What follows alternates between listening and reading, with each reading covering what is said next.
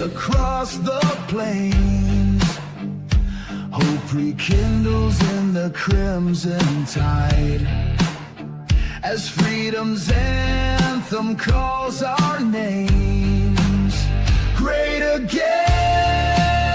we rise as one under stars that guide our way. A song of promise has begun, and strength returns in light of day.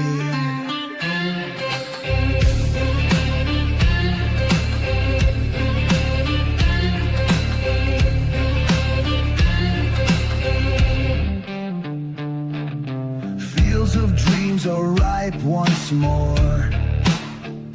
Factories hum with honest pride. Our banner waves on every shore, with courage marching by our side. Great again, we rise as one under stars that guide our way. A song of promise has begun, and strength returns in light of day. Through trials dark, we found our steel. The eagle's cry breaks through the night. In unity, our wounds now heal. We chase the dawn with fearless light.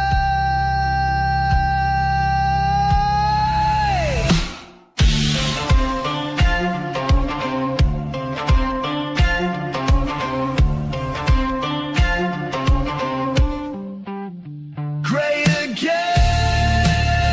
we rise as one under stars that guide our way. A song of promise has begun, and strength returns in light of day.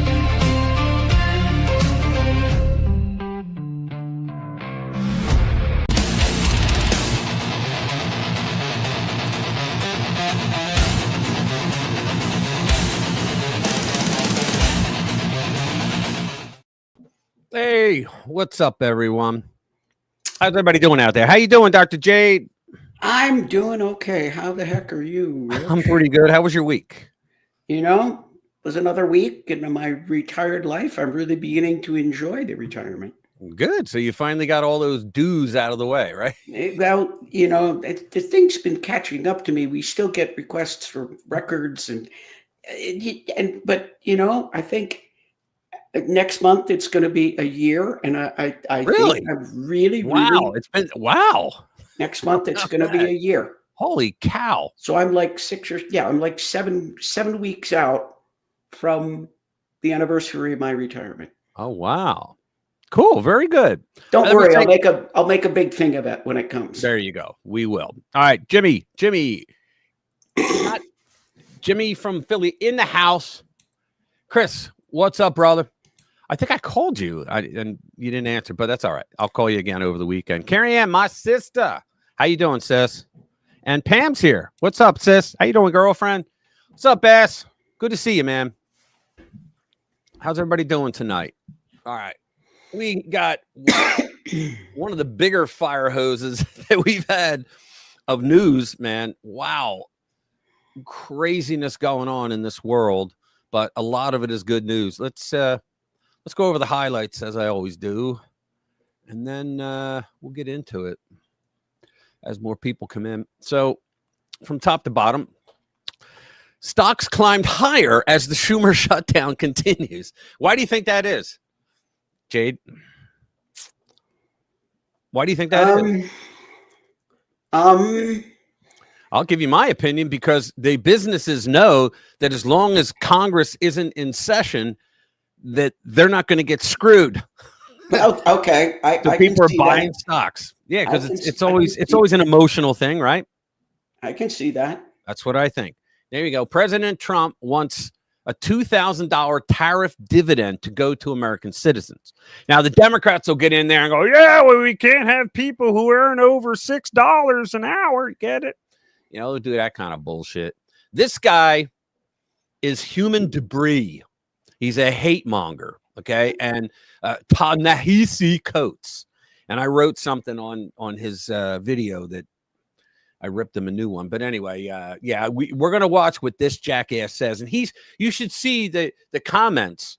It's on YouTube, but you should see the comments under there. They're like kissing his ass. He said horrific things about Charlie Kirk, acting like he's some kind of academic that he knows best. And Charlie Kirk was a hate monger. I mean, holy mackerel. Democrat Senator Merkley, he said the shutdown is the GOP's fault because they won't reverse themselves. In other words, they won't do what we want them to do. That majority party. Who the hell do they think? Good news. A judge upholds the final deportation order for Kilmar Abrego Garcia. Democrats are shitting themselves. Two of these. Yeah. Yeah. So what do we got here? So we got Trump will discuss cuts to scam agencies with OMB Director Vaught. I can't believe the radical left Democrats gave me this unprecedented opportunity. Now, if you watched my video yesterday, you know what he's talking about. But I'll get into it tonight, too, because there's even more that goes on there. Do you think the Dems are starting to realize? Yes, and I think they realized a while ago, and they just weren't able to admit it publicly. So they got to put on the airs.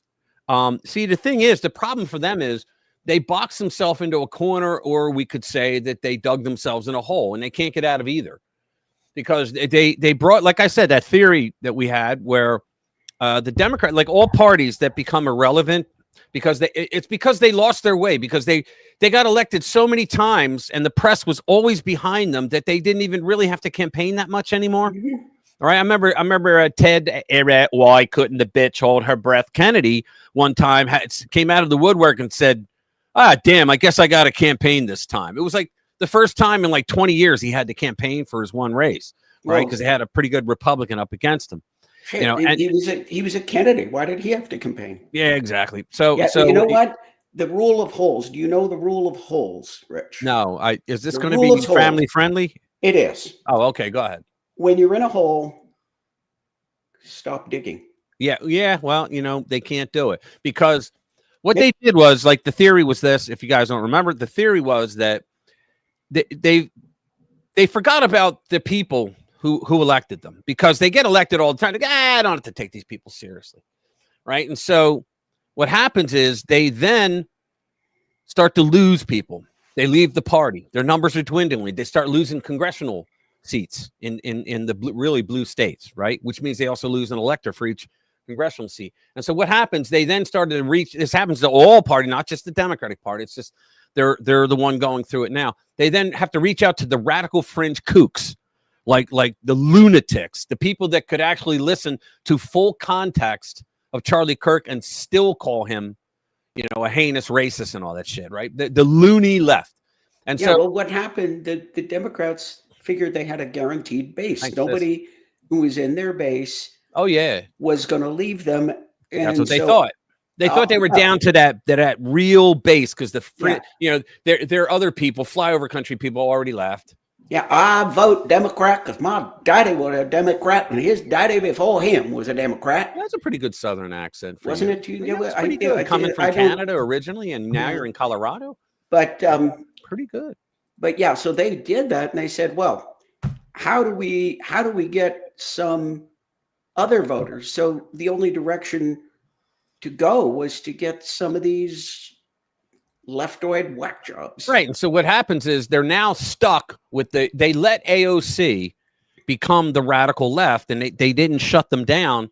And now she's threatening, AOC literally is threatening Schumer for his seat, and she'll win it if she goes, because he's really low in the polls. And so he has to appease the radical left, which at the same time wants to get rid of him. So he's in a pickle. What's up, Lauren? Let's see. I went to vote with my 19-year-old daughter in November. We voted for the candidate who was out on bail. Foster bail bonds, Georgia, was found guilty of felonies and was found liable for sexual abuse. Who was that? And why did you vote for him? Yeah, who was that? Nelson, who was that? Tell us. Yeah. I don't know who. Yeah, don't know. Anyway. Yeah, I suspect you're right, by the way. Yeah, I know. He always thinks that he can get over, but it's too obvious. I mean, it was obvious to you, and then I caught on pretty quickly. Yeah. So here you go. Dems mocked after government shutdown live stream gets only 400 viewers. That's the funniest thing. That's funny as shit, man. Party of 18% approval and shit and sinking. They were 19% last week. They lost 1%. They got 400 viewers. Yeah, 400 viewers. That was the funniest piece. And take away all those members on the house, take away their mom and dad. And so they probably got like maybe 2 or 3 per. Maybe? No, their mom and dad and the 3 computers that they have in their office and their home that they signed up to it. Yeah. And all of their assistants who they insisted sign up for it. Here, Chuck Schumer's not having a good time. Secretary Scott Bessent nukes Chuck U. Schumer, says the impending federal cuts are his fault. And we'll get into that, what he's talking about. Trump notifies Congress of armed conflict with drug cartels. The war is about to start. The Department of Education takes a scalpel to nearly $8 billion with a B dollars in blue states, green energy waste during Schumer shutdown. Everything's going to be the Schumer shutdown, by the way. The FBI finally, they cut all ties with the SPLC. Kash Patel pointed that out. We are winning, even if it does not always seem that way. And you get a good, I think that's Kurt Schlichter, because I always got to get a Kurt one in there. Here you go. She's in serious trouble now. Vast fraud of Somali migrants, starting with Ilhan Omar, finally being exposed. Yeah, there's a lot going on up there. I'm going to ask you a question, and then I'm going to answer my own question. Go ahead. Why the heck is she still in government? I can tell you why. Go ahead. She must know where the bodies are buried. Yeah.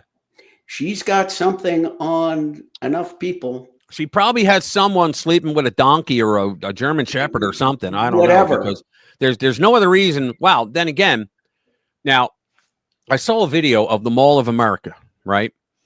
And some guy just like was walking through and he's just videotaping the Mall of America. And it was hundreds of people in the food court. I mean, it was packed. They were all from Somalia. And so I'm thinking, oh, wow, is this like some Somalia Day or something like that? You know, like Somali independence? I don't know what. The history of the revolution? And no, it was a normal Saturday. And they're all there. And the thing that gets me about her is she came here as a refugee. I don't think she was a refugee. Well, her country was at war. Yeah, you know why? Because her father worked for the brutal communist dictator who was a very cruel man, worked for him. And then the people overthrew that regime, and her family had to escape, or else they would have been killed for being brutal to the people of Somalia. So she comes over here with her family, and they cry out, you know, oh, we're refugees. There's a war in my country. Yeah, because it was your fault that the fucking war is there, right? So we brought her in, and she's the most ungrateful person I've ever seen that was given asylum. And again, we're talking about some sort of accountability, and it's like, oh my, there's none. Well, she's done all kinds. When she stood up in front of, I can't remember if it was a town hall or just what, and she's talking to all these people, and she's talking about our country, Somalia. Oh yeah. Anybody says that, they got no business. Well, she said, that's why you got me. I'm paraphrasing. That's why you got me, because I'm always going to make sure that the United States puts Somalia first. She literally said that. I don't think she knew what she was saying. I won't go as far as to say she was being intentionally like vicious on the United States, but the way she phrased it, it came across as if she was saying, and I remember her saying, the United States isn't going to tell Somalia what to do. Somalia right, that was another one. The United States what to do. Anybody who says that, she should have been expelled from Congress for that, because you can't act that way publicly. Yeah. I don't care if you're campaigning or not. You can't do that. And finally, Vance brings receipts to target Dems on healthcare benefits for illegal aliens, because they were lying. saying, because people like me were out there saying, look, they want it. The reason, one of their demands is they want health care benefits to be paid for by you and me and all of us to illegal aliens. The other thing was they wanted to bring back PBS and NPR, which the big, beautiful bill just destroyed. So, and what's his name? The Speaker of the House, Mike Johnson, said, you know, the American government is not in the business of having liberal public broadcasting that the American people are going to have to pay for. And so, I think it was Jody Ernst was being interviewed by, I think it was a left-wing reporter, and she's there. Well, no Democrat. I can't think of any instance where any Democrat has advocated for Medicare for illegal aliens. And Joni Ernst said that? Who said? No, Joni couldn't be. No, Joni Ernst. I got the name wrong. Yeah, Ernst wouldn't say that. No. I don't like her, but she wouldn't say that. I think she's a warmonger establishment type. Yeah, no. So it was some Democrat lady. I forget now. But she was saying she can't think. Hey, what's up, Chris? Any time good to see you. Where any Democrats have advocated for Medicare for illegal aliens, and then the interviewer played that cut of the Democratic primary where the question was, would your government have medical care on Medicare for illegal aliens? And every single one of them put their hand up. Yeah, they did. Yeah, I think that's what the receipt that Vance is going to show. I think that's what he's going to do. In fact, let's do that one first. Hang on. Let me go back down and see what he says. I didn't actually watch it. I just wanted to see it for myself. Here we go. Vance brings receipts to target Dems on health care benefits for illegal aliens. Vance says Democrats want to restore Biden-era funding for illegal, and they'll tell you, oh, you know, illegal, undocumented, because they never say illegal. Undocumented people aren't getting health care. Oh, really?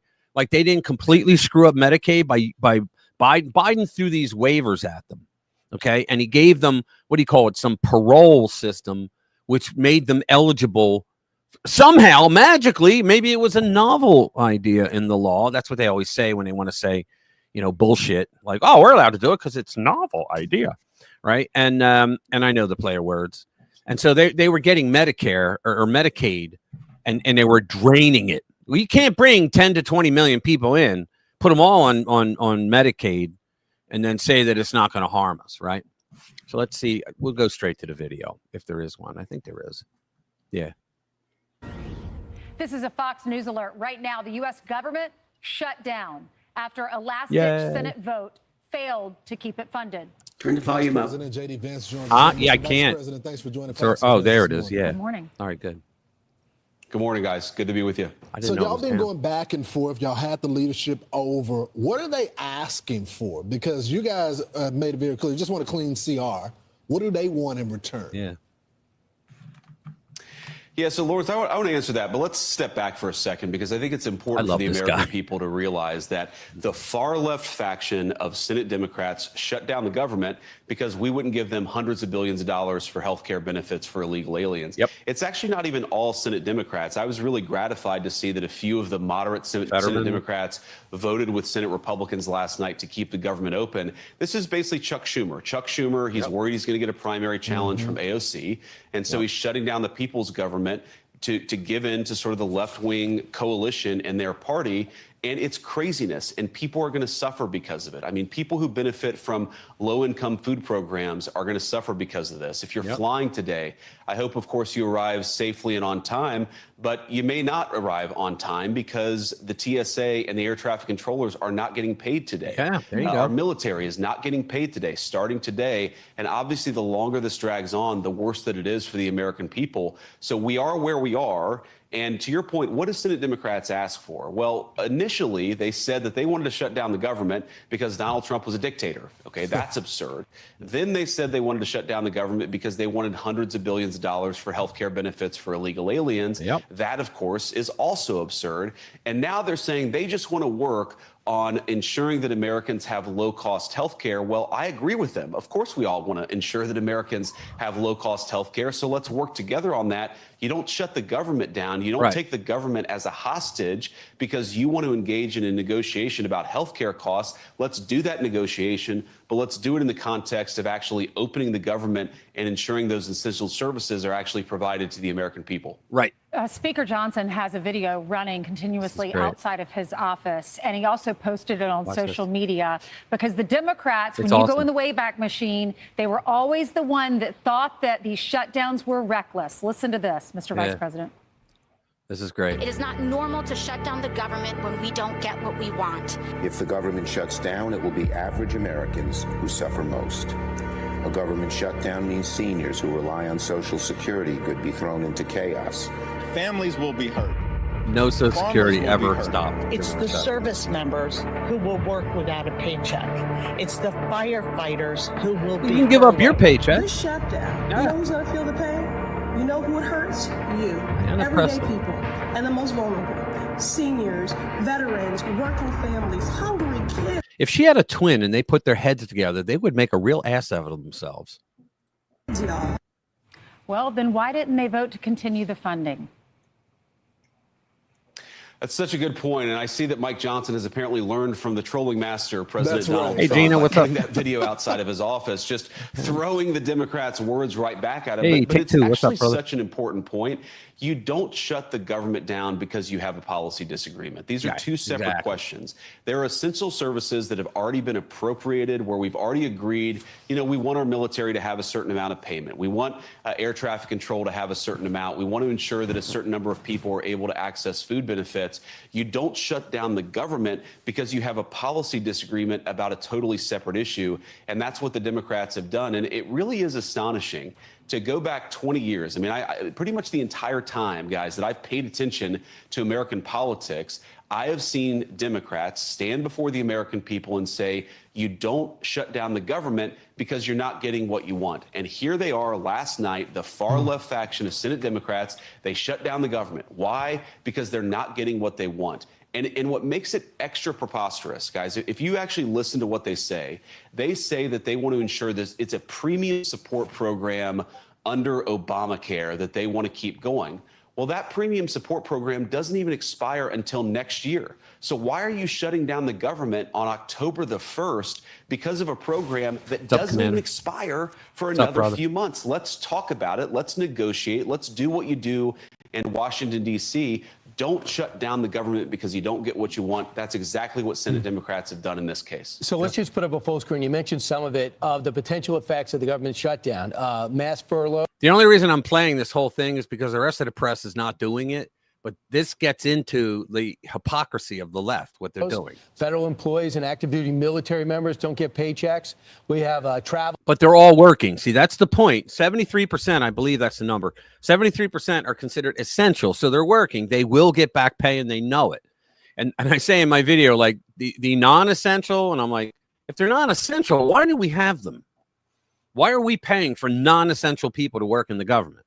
Right? But they'll get back pay as well. They're not working, but they'll get paid anyway. That's the joke of this. Travel delays. You mentioned TSA, Social Security, and SNAP, and WII and WIC applications. Delays in Medicare and Medicaid payments. Some VA services and career counseling. So these are some of the things that'll happen. Smithsonian could be closed. National Zoo. I hope someone feeds the animals, but we're not going to be able to see the animals. Can we talk about another thing that could be happening? Could Democrats begin to crack? Now, Rand Paul's on his own planet for some reason, doesn't want to vote for anything. Yeah. But Fetterman, Masto, Cortez Masto, as well as Angus King, all voted with the Republicans in the Senate where he used to work. Are you hearing there could be other Democrats who don't want to go through this before the weekend and vote with you? Yeah, Brian, I think that there will be. And if you look, frankly, when I talked to the president and our legislative team yesterday afternoon, I thought we would get 53, 54 votes. We got 55 votes because, again, that moderate faction of the Senate Democrats recognizes this is just an unreasonable position. You're not going to shut down the government because you disagree about a funding program. We don't have to listen anymore. Let me explain this, in my way of understanding it. The Democrats have always always used a government shutdown to blame the Republicans, right? And they say, oh my God, these kids aren't going to eat. They're full of shit. Everybody's going to get paid, right? When they know a shutdown's coming, they put their money aside. They go into the Christmas fund, whatever. They're going to get paid.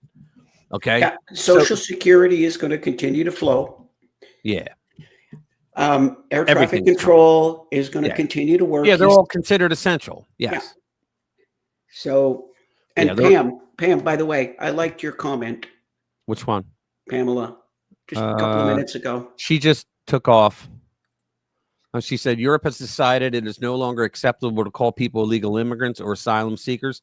They should now be addressed as travelers without authority to stay. Twats, for short. That's pretty funny, actually. I think that's pretty funny. That's pretty hilarious. Oh, my God. I love that. Yeah.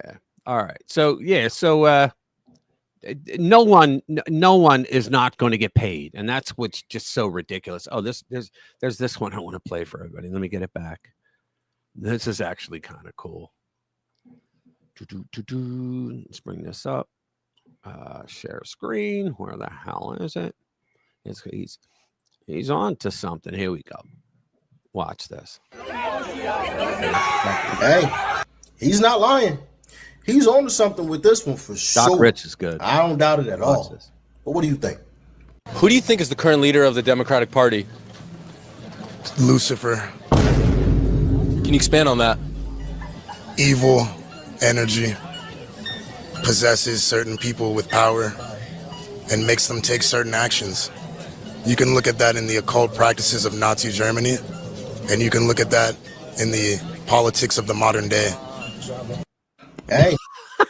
That dude nailed it. He was a little creepy and dark, but yeah, I don't know. I think that was a setup. That wasn't a random interview on the street. But right, boy, dude, you're out of here. You're banned. Who? He just used the N-word on my stream. Who did? This guy, not I just banned him. No name YouTuber. It was probably Nelson again. Okay, so it came up. Yeah, I didn't see it. Yeah, because I hit it right away. You took it off right away. And he knows that you're not supposed to say that, and he's banned for life. Whenever he comes in, I'm just going to ban him immediately. Yeah, Jim, your fucking monster is in here causing trouble in my stream now. I'm not going to blame my brother for it, but he keeps him around for whatever goddamn reason. I don't know. The guy's a fucking lunatic. He's a loser too.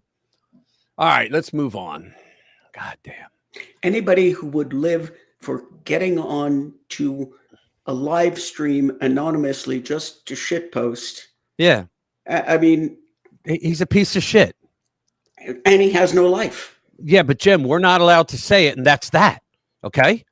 I don't give a fuck about the rules right now. I'm trying to do a stream, and he has to say something like that. Christ, he used to bring him on to your show, and he would give you videos to play, and it would have the word in there. You had to cancel. You had to delete your video. So you know what it's like. Damn. What a piece of shit he is. All right. So let's move on. He's got no life. Yeah, I know. What a piece of shit. Let's do the one on stocks rising, because as long as the shutdown's there, it just keeps going up. Stocks climb higher as the Schumer shutdown continues. So stocks hit new record highs on Thursday, even while the U.S. government shut down, dragged on into its third day. That's right. The markets climbed while Washington stayed stuck in its own mess. The S&P 500 nudged higher by 0.06%. The Dow Jones Industrial Average was up 79 points, or 0.17%. The NASDAQ Composite gained 0.4%. Not exactly fireworks, but enough to keep breaking records. And this is during a government shutdown because, like I said, most people, they're saying to themselves, okay, so I'm not going to have to worry about the government fucking me in my business over the next couple of days. So guess what? I'm going to start investing. Meanwhile, bonds had a move of their own. Prices rose, and that meant yields came down. The yield on the 10-year Treasury fell 0.019% to 4.087%. And the yield on the 30-year Treasuries dipped 0.022% to 4.693%. As for the 2 year, 2 years were flat. So here's where it gets interesting. Investors are betting that the Federal Reserve is going to step in and start cutting rates. Not just once, not even twice, but possibly 3 times. Now, this is why Trump wants to fire Jerome Powell and bring in his own person, because Jerome Powell's a Trump hater, and he just is a Trump hater. And he's listening to the other Trump haters in the establishment. Trump has been saying lower rates now, because right now is the time, with all the things he did with tariffs, with all the things he did with the tax reform and the business reforms and all that, it would just, America would soar economically if you lowered the damn rates. And he wouldn't do it. And so now, with what's going on here, he may have to. I mean, I hope he does, but who the hell knows? I hope he gets fired anyway. So where were the biggest winners? Fidelity says the gains came from the materials, information technology, communications, and industrial sectors. And where did stocks sink? The financial, consumer, discretionary, consumer staples, real estate, healthcare, energy, and real estate. They said real estate. I said it twice. Well, all decline. Well, that was a quote, actually. In other words, Wall Street picked its favorites while tossing the rest to the side. The pattern is clear. The market is convinced the Fed will ride to the rescue with rate cuts, and that belief is pushing stocks higher even as the government stumbles through its another shutdown. So, in other words, we don't need the freaking government. we don't need the government to do anything for us. Oh, we're one better thing. off.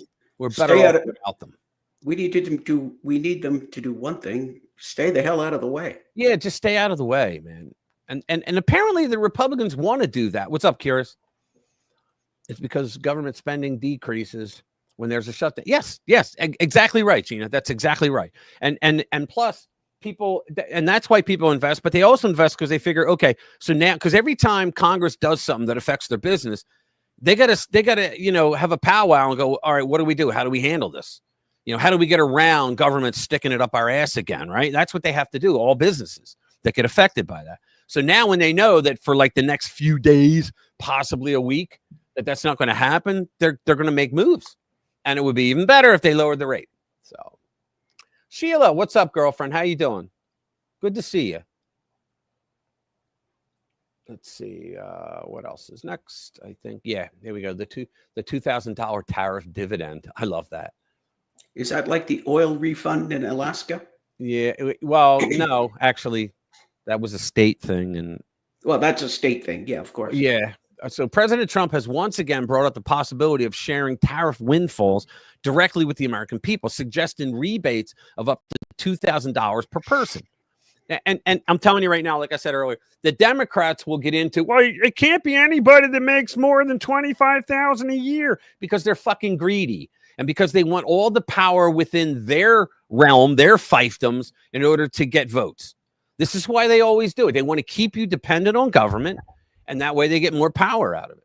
In his latest comments, he tied this potential payout to the success of his trade policies, which have already pulled in hundreds of billions for the federal treasury. Quote, they're just starting to kick in, Trump said, of the tariffs during an interview with One American News' network. But ultimately, your tariffs are going to be over $1 trillion a year. Now, prior to what was it, 1912, 1913, before they created the Federal Reserve Bank and the 16th Amendment, right? That's how America made the bulk of its money, the government. It was through tariffs. They made the bulk of their money through that. And for some reason, we went with taxes because taxes are easier to control people with. You can't control corporations as easy as you can control people, because corporations have net power. Okay, when they can throw tons of money at a candidate, all right, they have more power than me being able to throw a couple hundred at my candidate, right? This outlook reflects the rapid growth in revenue since the tariffs took effect in April, creating a steady stream of funds that could reshape how the government handles its finances. By targeting imports from countries that have long undercut American manufacturers, these measures have not only boosted the budget, but also aimed to revive domestic production and safeguard jobs in key sectors like steel and autos. The thing that I want to know is when they have this windfall coming in, okay? Instead of just saying, well, now we can spend this and we can spend that and we can increase. No. How about paying down the debt with that money?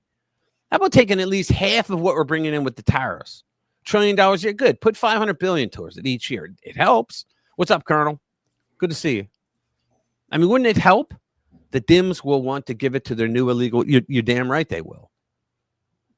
Yeah, just well, we got to give them health care. How are we going to pay for it? That's the thing that Republicans never do to them. Well, how are you going to pay for that? Because you say, like, when you say, well, we're going to cut taxes. Well, how are you going to pay for that? You don't have to pay for a tax cut. Well, sure you do. Well, why? Well, because we're going to spend no matter what. Huh? I mean, this is how they are, but they don't say that part. That part stays silent. When they tell you that when a Democrat says they're against tax cuts, they're saying they're against you keeping more of your hard-earned money. That's what they're against. Let's see. What would be a good one next? I'm going to hold the racist guy off. This is great. This is Breitbart. Here we go. Share screen, Markley. All right, here we go.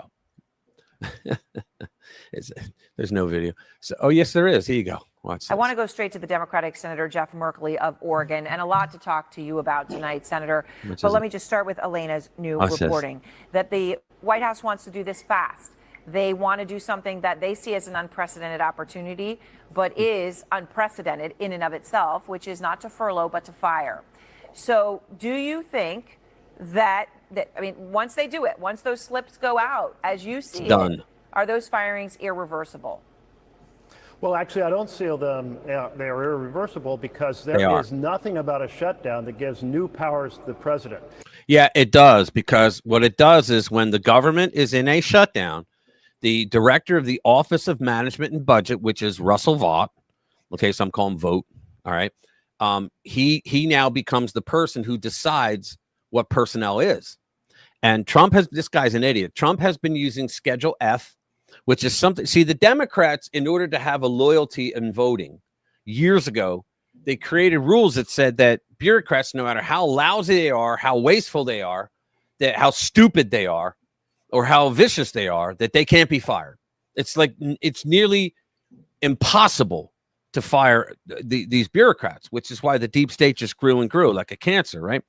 So Schedule F, what's the word I'm looking for? It identifies them as a different kind of category in the government, and they can now be fired. He's about to fire 154,000.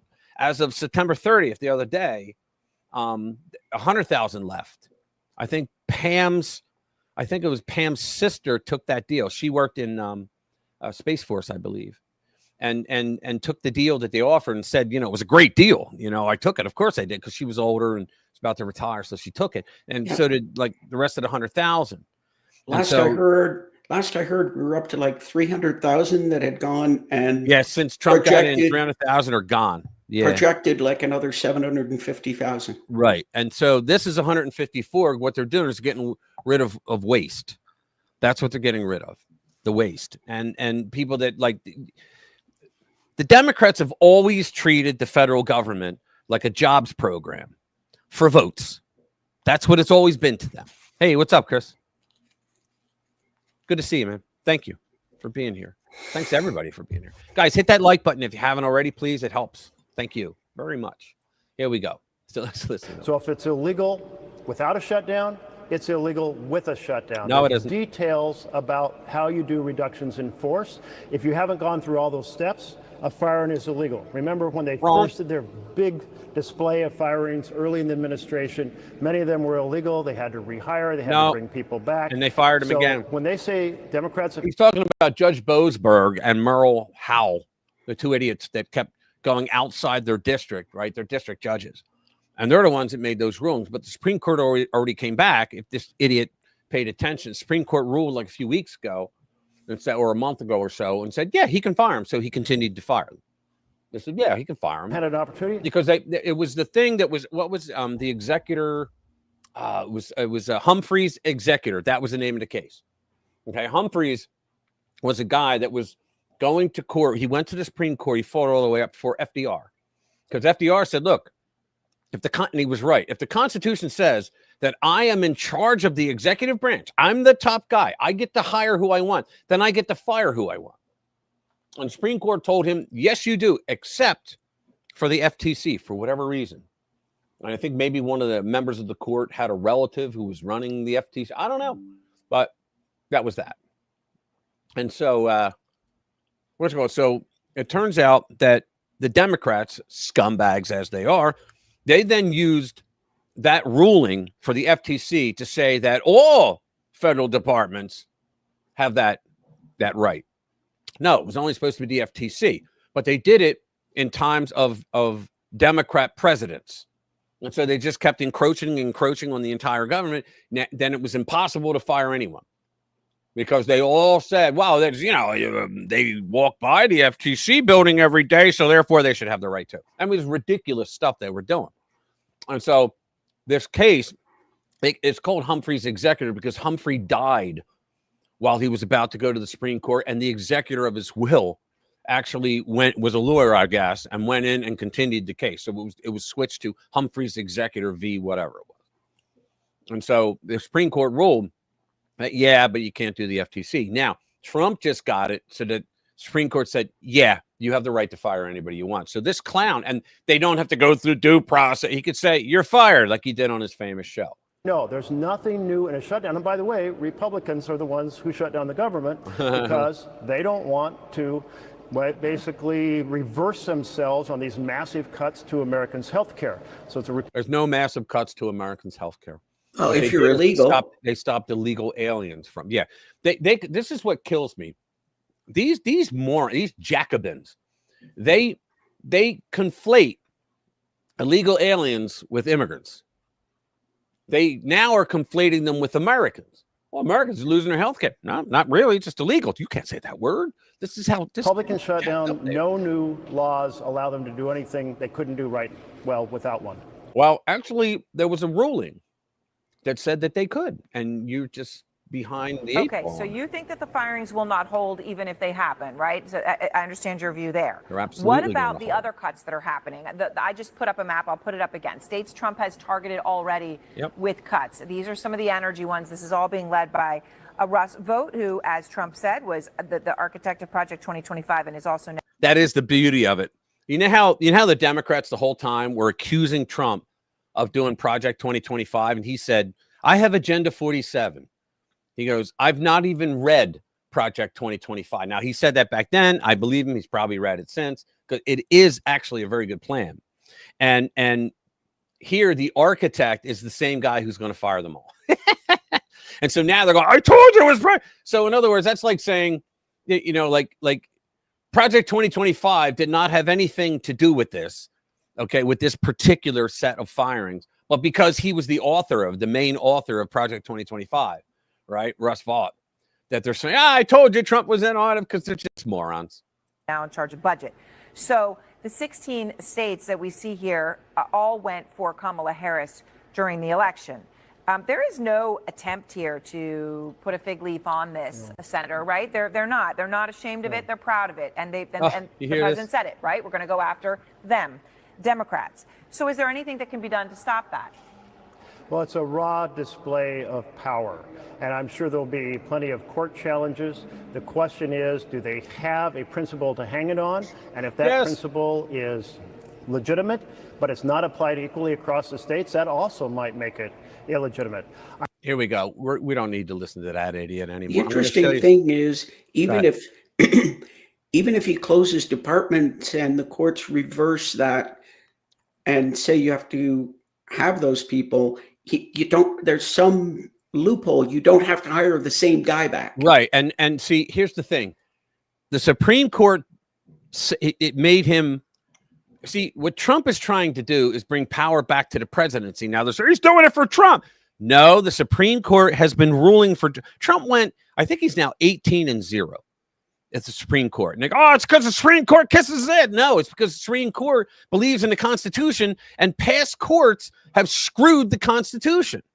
And so what they're doing is they're fixing all the bullshit that the left and the Democrats have done over the years. And so Trump, the power of the presidency was much more powerful than we ever thought it was, because the Democrats took all that power away. They took it all away. And so what's going on now, I want to show, let me do this. I want to show this to people, because this asshole just said, they're like the woman, she said, got all this. She showed the blue states and all, they're taking away health care. Well, I got something I want you guys to see. Now, this is Article 1, Section 8. Okay. These are called the enumerated powers. It's the powers of Congress, of the federal government. If it ain't listed here, they don't have the power unless it's in an amendment. So to borrow money on the credit of the United States, to regulate commerce with foreign nations and among the several states and with the Indian tribes. We can go through it all. We could hold this shit upside down, up to the light, and pour lemon juice on it, and it won't be in here. There's nothing about healthcare. Nothing. Nothing. They don't have a right to create a healthcare program. Medicaid, Medicare, Obamacare. They don't have the right. WIC. They got no right to do anything on healthcare because it's not listed here. Okay. Those should all be state rights. Yeah, and they are. See, the 10th Amendment basically says that whatever the United States does not have listed, they call the federal government the United States, has listed in Article 1, Section 8. If it's not there, it belongs to the states and the people. And they were talking about rights that nobody even knew. Because you got libtards going, oh, well, you didn't know you're going to have a tank when they wrote the Second Amendment. Doesn't matter. It doesn't matter. Okay, so it was rights and material things, that rights to that didn't even exist yet. That's what the 10th Amendment enshrines. And it's all because it's in Federalist 45 that Madison wrote, where he clearly defines the powers of the federal government and the powers of the states. And he even gives examples. It was brilliant. Read it sometime. Not right now, afterwards. But you will not see it here. This is all the powers that we have. And see this? It has to provide and maintain a Navy. Is there anything about an Army? An Air Force? Marines? Coast Guard, you could say Navy. But to provide and maintain a Navy.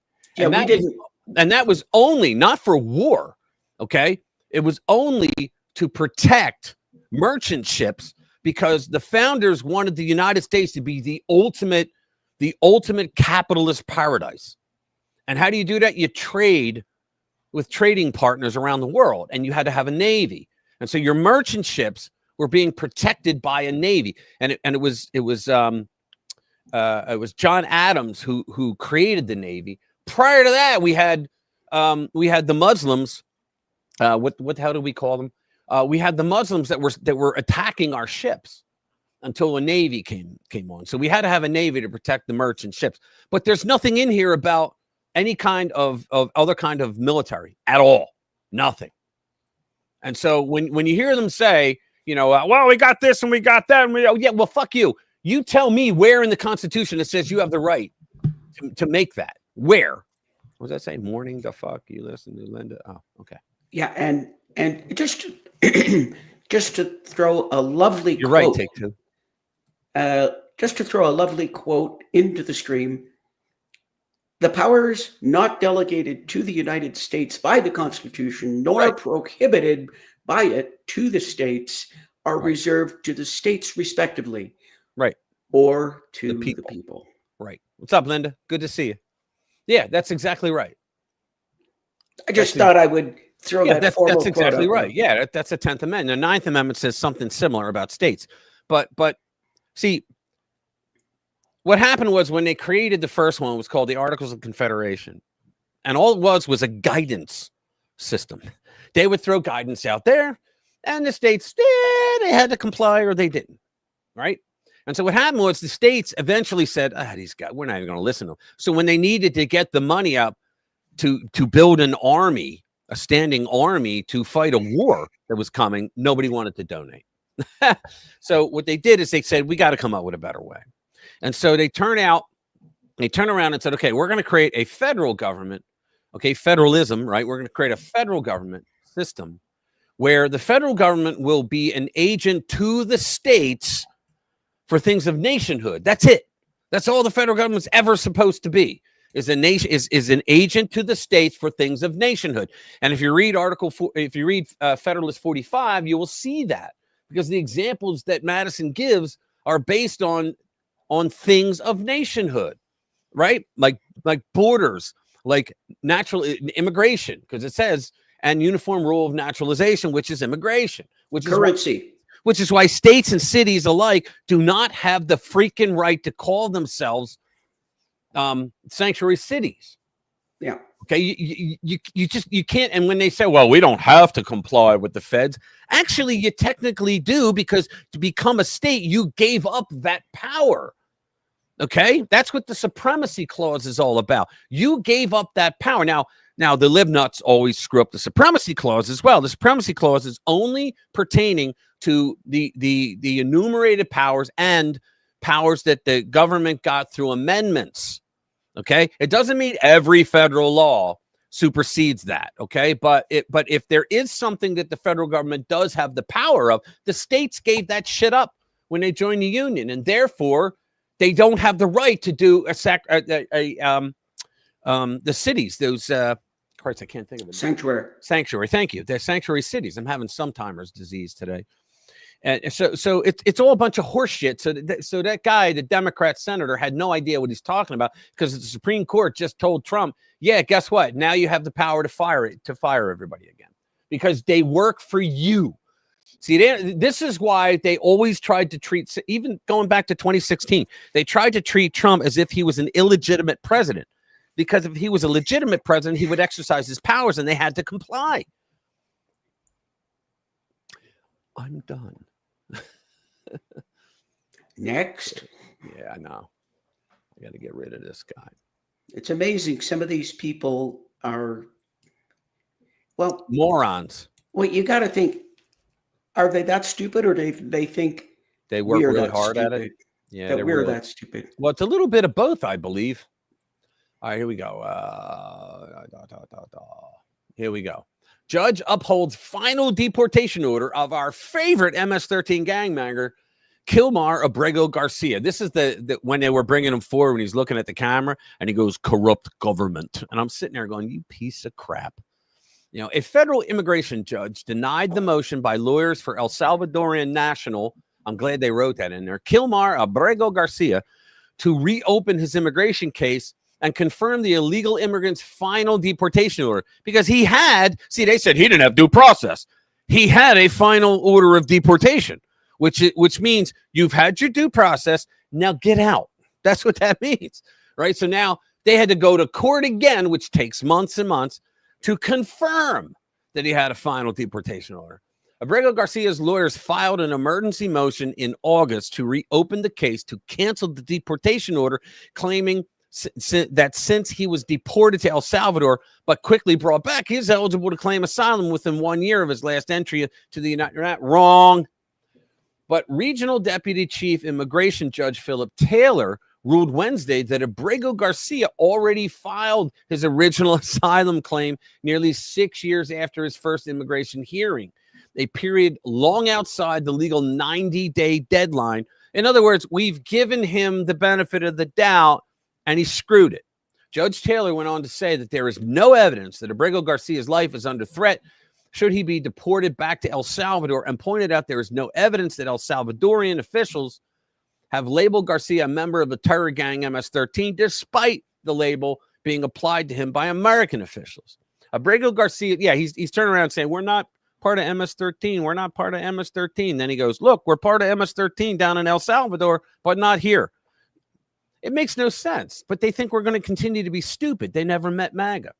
Abrego Garcia's lawyers also objected to the government's warning that he could be deported to Uganda. I love this. Eswatini. All right, whatever. And other nations. But Judge Taylor ruled that there is insufficient evidence that such a move has been predetermined, even though federal officials sent his lawyers a letter saying he may be deported to an African nation. And that's if the original country doesn't want them back. Because just because a country says, we don't want that guy back, he's really bad, that doesn't mean, oh, well, we got to keep him. No, they can deport him anywhere they want. And they're taken, and you think, well, why would these other countries take him in? Because we're paying to house them in their prisons. The word may is permissive and indicates to the court that in sending this notification to respondent's counsel, the department sought to convey that it reserved the right to remove him to Uganda, the judge wrote in his ruling, not necessarily that it intended to do so. All right, they were just saying, look, we reserve the right to do that it had decided to do so, or that it would do so imminently. So in other words, the lawyers got smacked and they don't like it.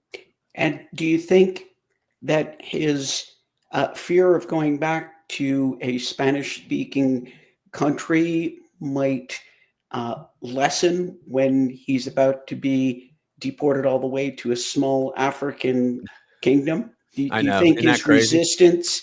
His resistance to going back home to El Salvador might I don't speak that language. How am I supposed to get along down there? Yeah, and apparently it's like, pretty bring bad. A clicker. Yeah, it's pretty bad in Eswatini, which used to be Swaziland. It's stuck between South Africa and Mauritania. I never heard of it until this case. Well, Swaziland used to be Swaziland. Oh, okay. Yeah, I heard of that, but and not the other. And I guess it's one remaining kingdom, and let's just say that its free speech is questionable, and its human rights are pretty questionable, and he might not enjoy being in a prison. Oh, I know. In that atmosphere, and you can't speak the native language.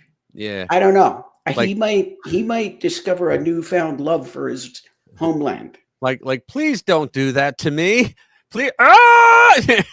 I can hear it now. All right. We've changed our mind. Yeah, really. All right, here we go. This is going to bring it home. Trump will discuss cuts to scam agencies with OMB director. I hope this lawyer or this senator knows this. Okay. President Donald Trump said Thursday he is meeting with Russ Vought, director of the United States Office of Management and Budget, and of Project 2025 fame. They keep shoving that in their face. I love it. I was saying that Trump should take the oath of office with his hand on a copy of Project 2025 just to send them into screaming fits on the left, right? To discuss eliminating what he called Democrats' scam agencies and weighing whether the cuts should be temporary or permanent. So in other words, he's saying Democrats created these agencies because the agencies are power for Democrats, because they knew that the agencies were creating more laws as regulate. They go, it's not laws. Yeah, they're regulations with fines. Come on. That's a law, right? That Congress is supposed to make. So he's getting rid of them. In other words, guys, what do they call it? Draining the swamp is what he's doing. Quote, I have a meeting today with Russ Vought, he of Project 2025. He said it too. Fame to determine which of the many Democrat agencies, most of which are a political scam, he recommends to be cut, and whether or not those cuts will be temporary or permanent. He said, I can't believe the radical left Democrats gave me this unprecedented opportunity. They are not stupid people, so maybe this is their way of wanting to quietly and quickly make America great again. That's what he wrote on Truth Social. You got to love it, man. And you got to know that Chuck Schumer knows this, because that's why he ended up voting for it last time, because he knew that it was going to be a very bad situation if he obstructed it. Oh yeah. And well, now we have that same very bad situation. Ebonics. That's funny. Remember when Ebonics was the thing that they were trying to consider teaching in blue urban schools? I was like, wow, really? That's how low we've sunk? Let's see. Hey, Dems, ain't no fun when the rabbits got the gun. Yeah, abso-freaking-lutely. Let me close some of these. All right, let's see. Here we go. Democrats mocked. This is awesome. Oh, this has got to be good. Yeah, it is. It really is, because oh my goodness, and they're doing it to themselves. They don't. All right, so Dems mocked after government shutdown live stream gets only 400 viewers. Party of 18% approval and sinking. Let's see, where is it? So we're not talking 400,000 here. Yeah, we're talking 400 people. Yeah, 400. So yeah. House Democrats struggled to attract eyeballs to a live stream meant to rally the party faithful over the government shutdown, which at times drew only a couple of hundred viewers, despite a cast featuring some of the most charismatic members and top influencers. Ha! Here we go. And what was originally said, I loved when Trump would do something during the campaign. If Joe Biden was having one of those oh yeah, I think he called them rallies, right? Did he have and so Trump would do something like the next county over, and everybody would flood to that, and Joe would be standing there with like 12 people, right? And they were all in their cars wearing masks. It was originally, and you remember the one where Kamala made a joke that, oh, you're at the wrong rally. The one you should be at is the smaller one down the street. Yeah. Yeah, good luck with that. How'd that work out for you, Kamala? It was originally supposed to be a 24-hour stream from 2 p.m. Tuesday to 2 p.m. Wednesday. House Democrats took turns trying to blame Republicans for the partial government shutdown, which began at 12 a.m. Wednesday. Let's see if we have. I don't think that's. No, we don't have any. Yeah. I don't think there's any video, but. Yeah, it's all right. I don't want to hear them speak anyway. Right. We'll go through it. But the GOP and White House quickly seized on the lackluster ratings.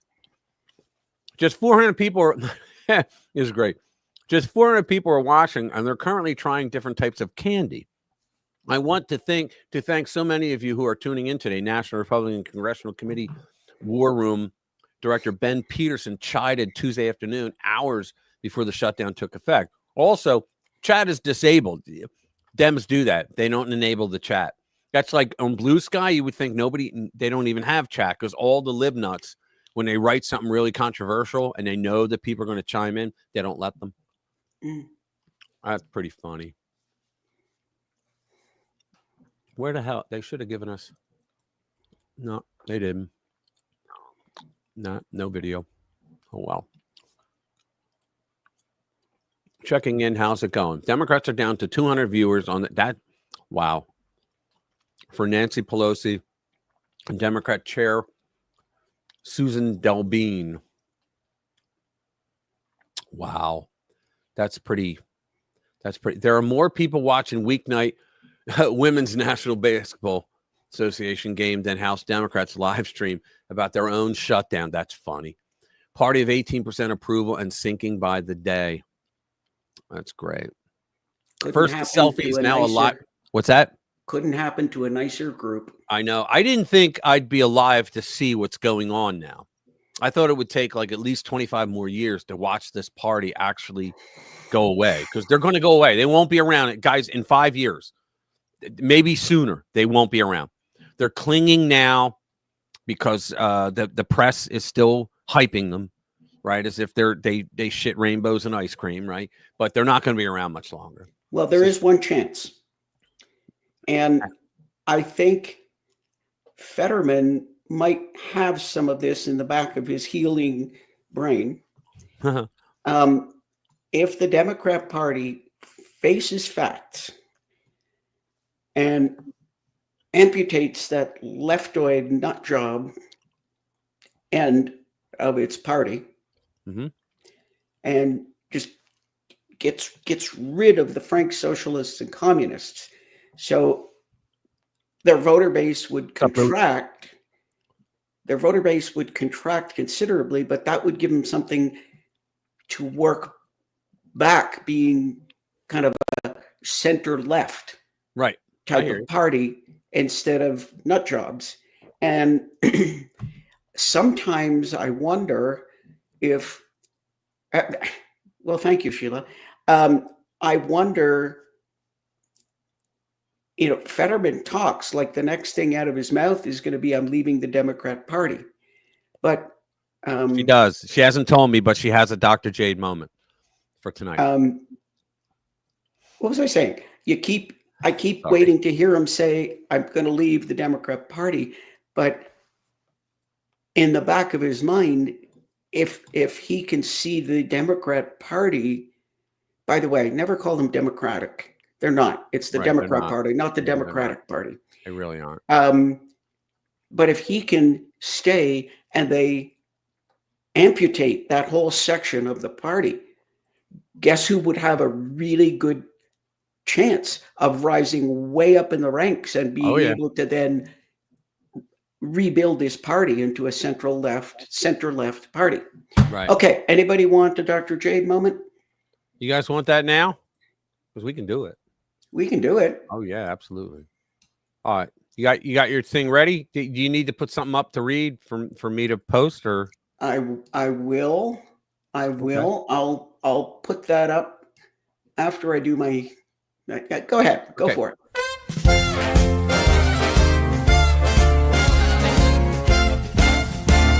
It's a Dr. Jade moment. There you go. It's all yours. Okay, so I'm calling this segment something that really annoyed me, and apologies in advance to our UK viewers for any offense taken at my ranting, because it has nothing to do with you personally, and I am simply venting my feelings. All right. We got that out of the way. Fact checkers, you heard her. Go ahead. So let's bring this up. I'm over here and over here. Oh, come on. There.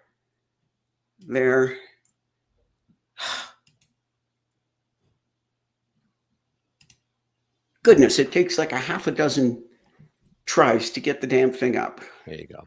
Okay, so this is annoying the shit out of me. This is from the Telegraph, and you know who I'm really aggravated at is whoever thought this, whatever brain trust in the White House thought this was a good idea. So here's what happened.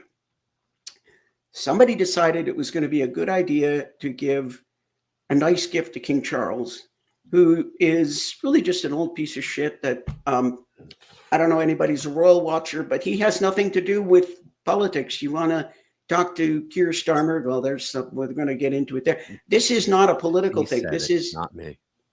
What? No, go ahead. Am I insulting everybody yet? No. Did I miss insulting anybody? No. So this is not a state visit. This is, it's not a head of state. Anyway, they decide it's a good idea to give this man a gift. Okay, whatever, we're being nice. Somebody, and I hate to even think of this, but the one who is in charge of what gifts to give and who to give them to is the First Lady. Okay. Oh, okay. Now, I'm not going to say anything more about that because Melania is a very fine lady. I mean, she's American, but she wasn't born here. Maybe she doesn't understand some of the finest points of this gesture. But the first thing that they were going to do is to give Dwight D. Eisenhower's original sword. Really? That is in the Dwight D. Eisenhower Museum. That upsets me too. Okay. And somebody said, excuse me. And the man who said that was Todd Arrington, who basically runs the that whole, I don't know if it's just that library, but with the he National runs Archive? that whole situation. And he said, I don't think giving Eisenhower's sword, the original sword, and taking it out of the museum is a good idea. And I don't either. Yeah. For that, he got told, you're either resigning or getting fired. Yeah. However, his gesture actually did make a difference, because what they ended up doing, is after this statement that it was inappropriate to give away a presidential artifact, Right. They ended up creating a replica. Oh, okay. Okay. Well, now, when I first heard it, okay, a replica sword, whatever. But the more I thought about it, the more it's just like, fuck you. I'm going to ask you a question. Go to any Marine and you ask them what it means to hand a sword to the leader of another country. Surrender. You ask them what that means. Yeah, it was kind of dumb. I don't know who came up with that idea. Whoever was the brain Wasn't trust Trump. the good thing is they didn't give away the original. Yeah. But let me tell you, darlings, oh boy, I could burn. I didn't even think of that. The transfer of the sword, the surrender. That could burn I didn't my even ass like think of that. a 3-foot candle. Let me tell you. Yeah. And I looked, and like I said, it didn't hit me until it was like, wait a minute. What was it at Appomattox? Was it Was it Appomattox? Grant handed, Lee handed Grant. Oh, that's funny. Remember? I don't know. Can't remember. I don't remember. Lee handed Grant his sword. Yeah. And of course the joke in the South was that, well, yeah, Lee just thought he was a sword polisher and he just wanted it cleaned up. Yeah. But anyway, that's my rant for the day. I think it is like incredibly inappropriate. It was. Give something like that. I agree. Dignitary. And that is unbelievable. I don't know if this is, this is the original. This is the original. And I guess there was there was a replica made and given to him. But anyway, there's your Dr. Jade moment. A big fuck you to everybody involved. There you go.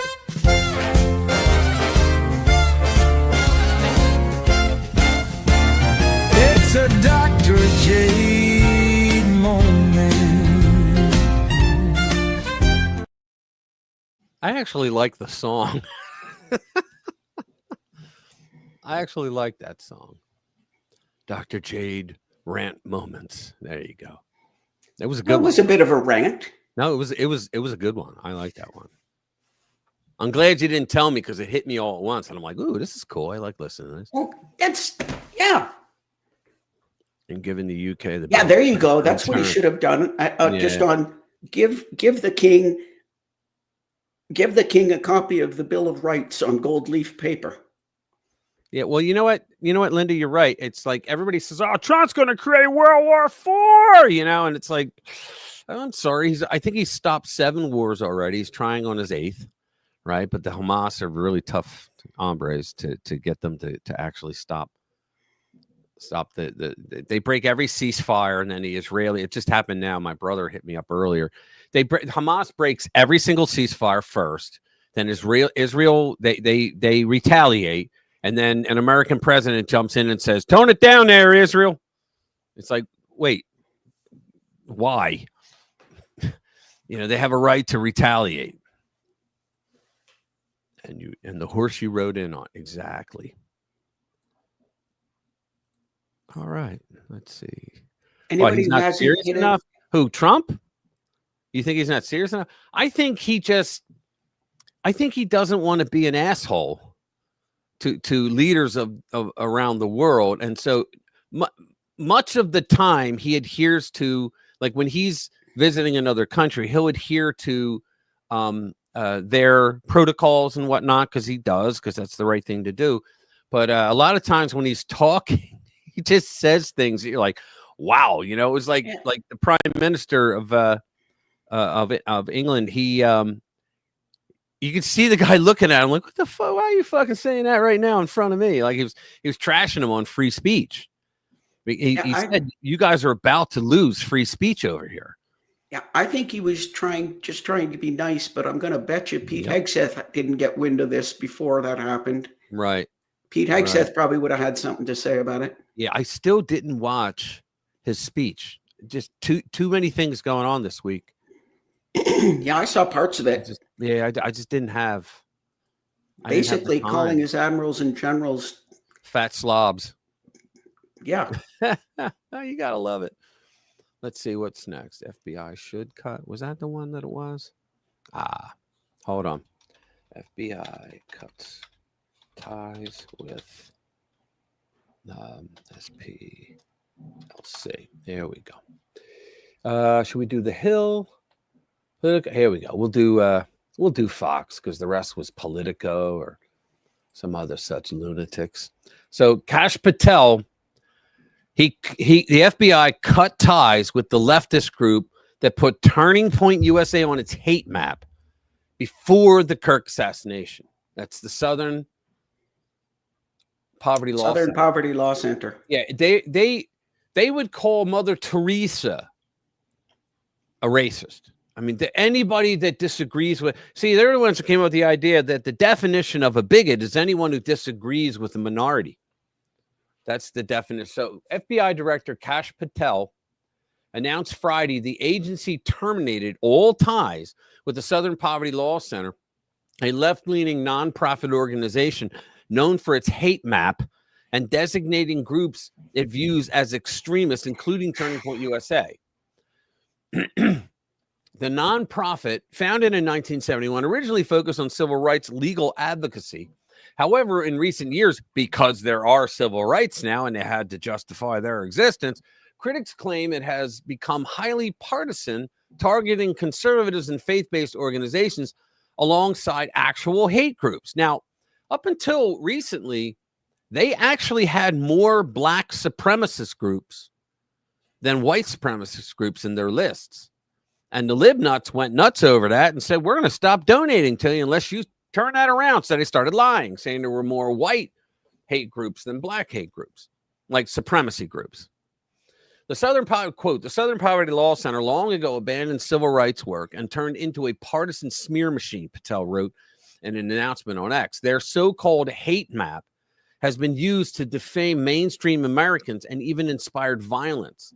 That disgraceful record makes them unfit for any FBI partnership. Now, this means then that the federal government can just go in and check their books. And I'll bet they'll find a lot of problems there. Because when you have people that are morally bankrupt like that you're going to say Charlie Kirk was on his hate map. Charlie Kirk. And, you know, you still have libnuts, even though all the debunking has come out so far. You know, fire hose of debunking of the stuff that they said about Charlie Kirk. They're still saying it. They still believe it. You know, Yuri Bezmenov was right. Patel said during the FBI's anti-Christian bias panel in April, he made it clear that the agency will never rely on politicized or agenda-driven intelligence from outside groups, and certainly not from the SPLC. Good. Screw them. I want to hear about Ilhan Omar. Ilhan, here we go. Vast fraud from the oldest still running newspaper in America. And if you look at the picture, what's the first thing that strikes you? The picture that you have on Jabber House. This one? No. Well, yeah, that's the picture. That's half the picture. The one you have on Jabber House. Oh, okay. Hang on. Right there. What's the first thing that strikes you about that picture? I don't Look know. at the insert. Which one? The small little square? Yeah. What about it?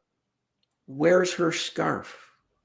Oh, She's such an observant Muslim woman. I didn't even see that. Oh, where is her scarf?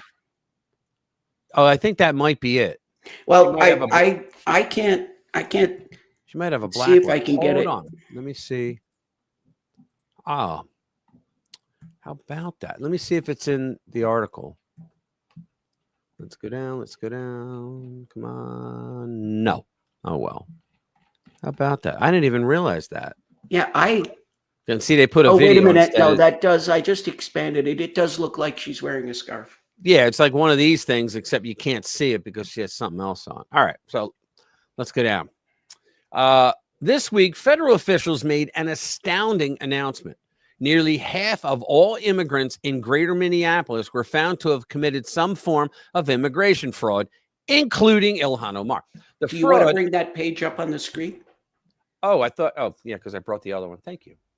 I brought the other one in. Let me start over. This week, federal officials made an astounding announcement. Nearly half of all immigrants in the greater Minneapolis were found to have committed some form of immigration fraud. The fraud, uncovered in a September sweep, came in all kinds: sham marriages, Ilhan married her brother, fake death certificates, and other bizarre schemes. As U.S. Citizenship and Immigration Services Director Joseph Edley put it. But the revelation was no great surprise to those of us who have followed the settlement of some 100,000 Somali immigrants in Minnesota over the past 3 decades. An unofficial Facebook photo of Ahmed Hirsi and his wife, Congresswoman Ilhan Omar. Okay.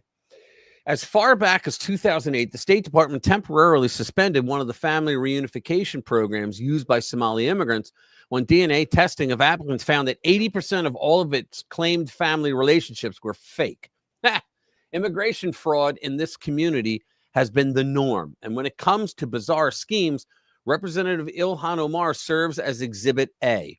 Omar is accused of and has never credibly denied marrying her brother to get him legal papers. And she should be expelled from Congress. She literally broke a law that Congress created. She should not be allowed to be, but we all know why. Right?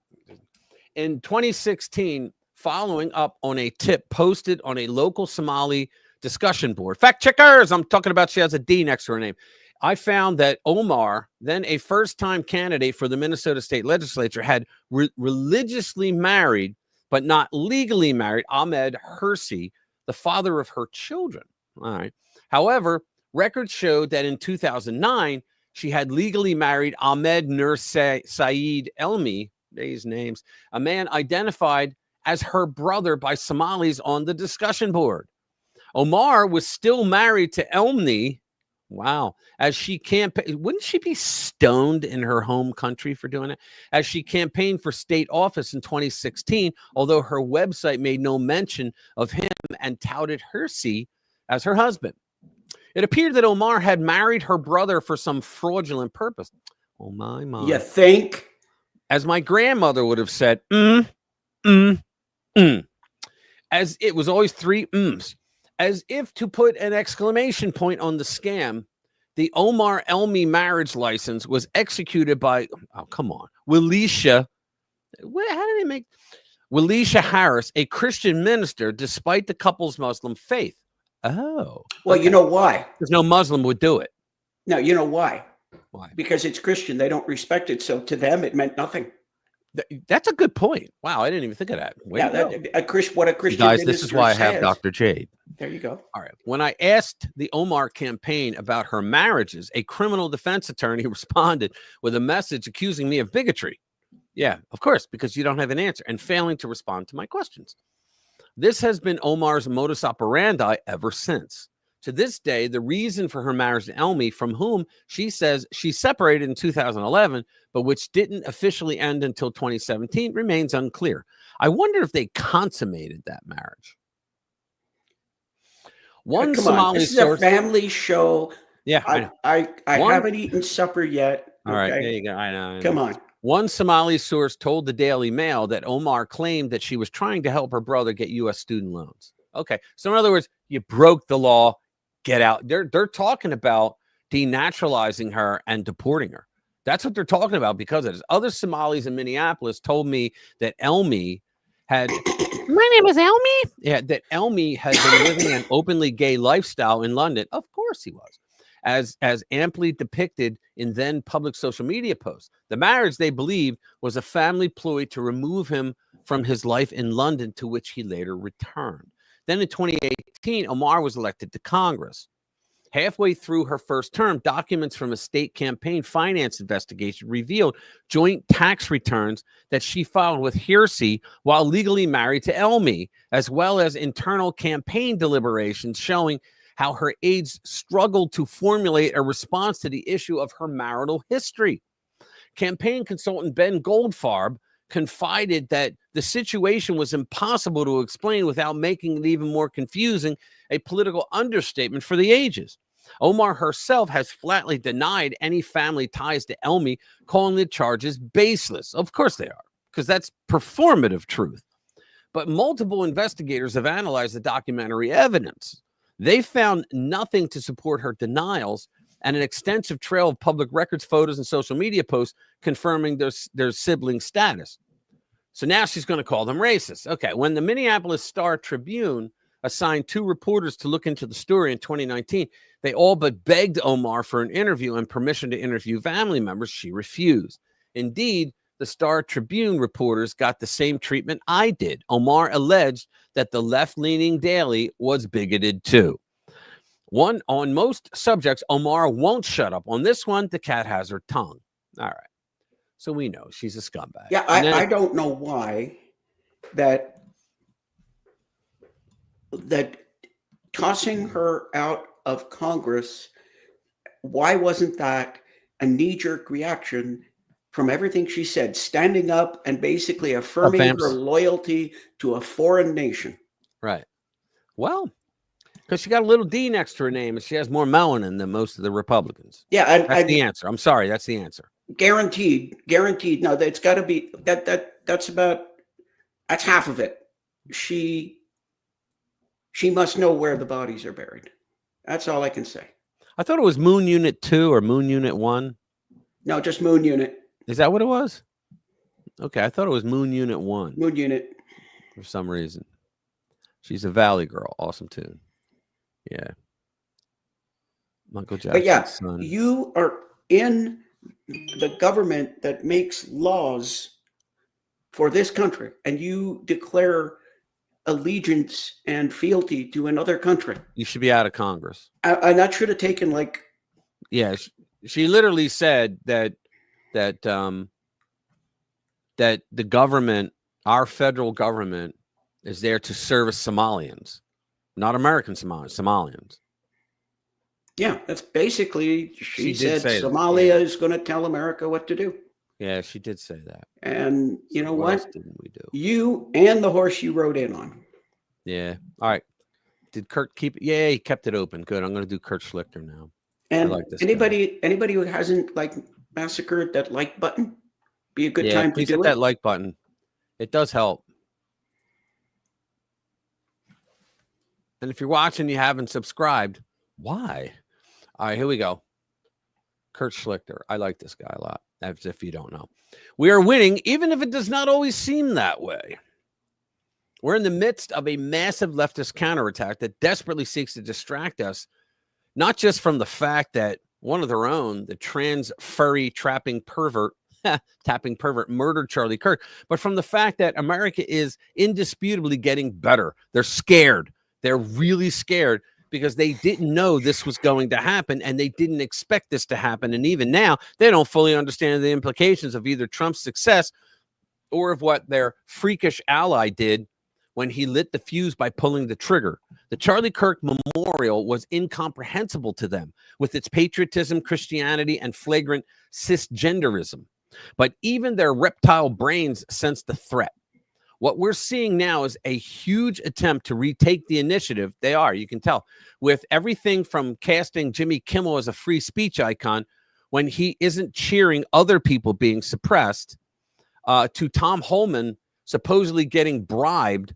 I wonder why the Biden DOJ, which was known for being super cool to conservatives, never charged him. Yeah, there you go. To whatever narrative they just fired up in the last 15 minutes. They're throwing everything they've got at the wall. And they can't even see that it's not sticking because they're desperate. I mean, these people, they're used to having power, and they have none now, and they're desperate. Let's examine where we are, because if you look at social media, you're going to be under the impression that there's this overwhelming backlash against Donald Trump and our movement. I know they're saying, well, Donald, like Hakeem Jeffries not long ago said, well, Donald Trump is a disgrace. The Republicans have done nothing for America, and he's at his all-time low in the polls. And I'm like, dude, he's like at an all-time high. Like, what are you smoking? So he says there isn't. Check out the polling. The reliable polling ranges from Trump being slightly underwater to Trump being slightly ahead. As for the midterms, which are not for 14 months, the consensus seems to be that the Democrats are slightly ahead. They're not. But the slightly is the important part. Usually midterm elections are a wipeout for incumbents. Historically, if you believe the polling, and you should sooner believe tales of sexual conquest told by Brian Stelter, who is a potato. I love how he did that. The current scenario isn't that bad. But even if it were, it wouldn't matter. Again, we have over a year to the midterms. A lot can happen in a year and will. Plus, with all the redistricting, and when Louisiana v.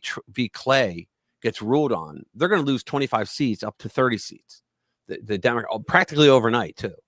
And is that going to happen in time for the next midterms? Yeah, it's happening now. They said in the next term, and the term starts first Monday in October. Yeah. So it's going to happen.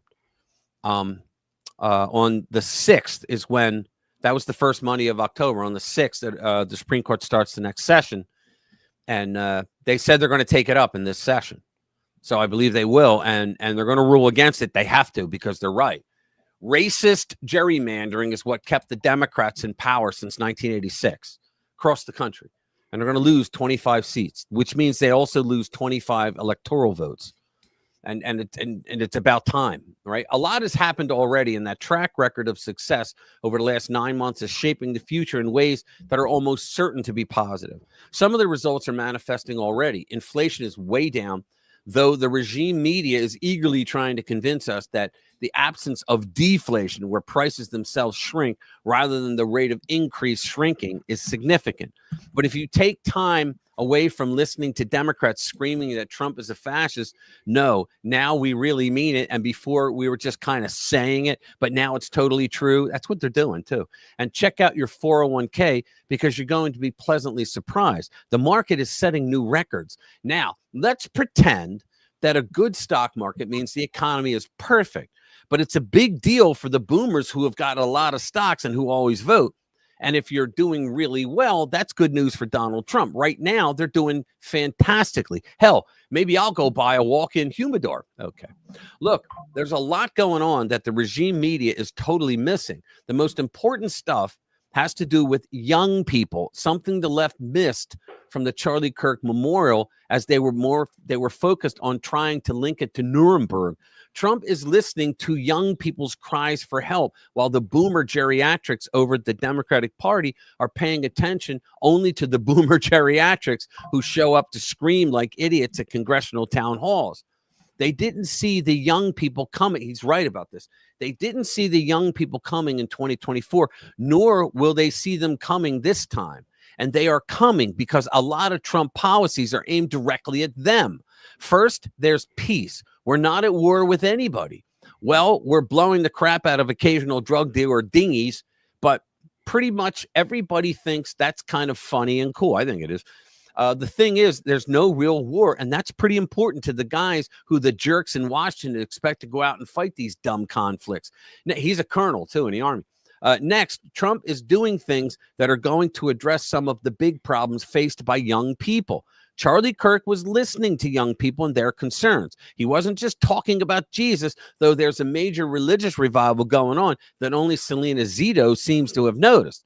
Instead, the regime media is out there interviewing each other over the greatest atrocity in human history, which is Jimmy Kimmel not appearing on a late night talk show for a week and missing this massive story. Here we go.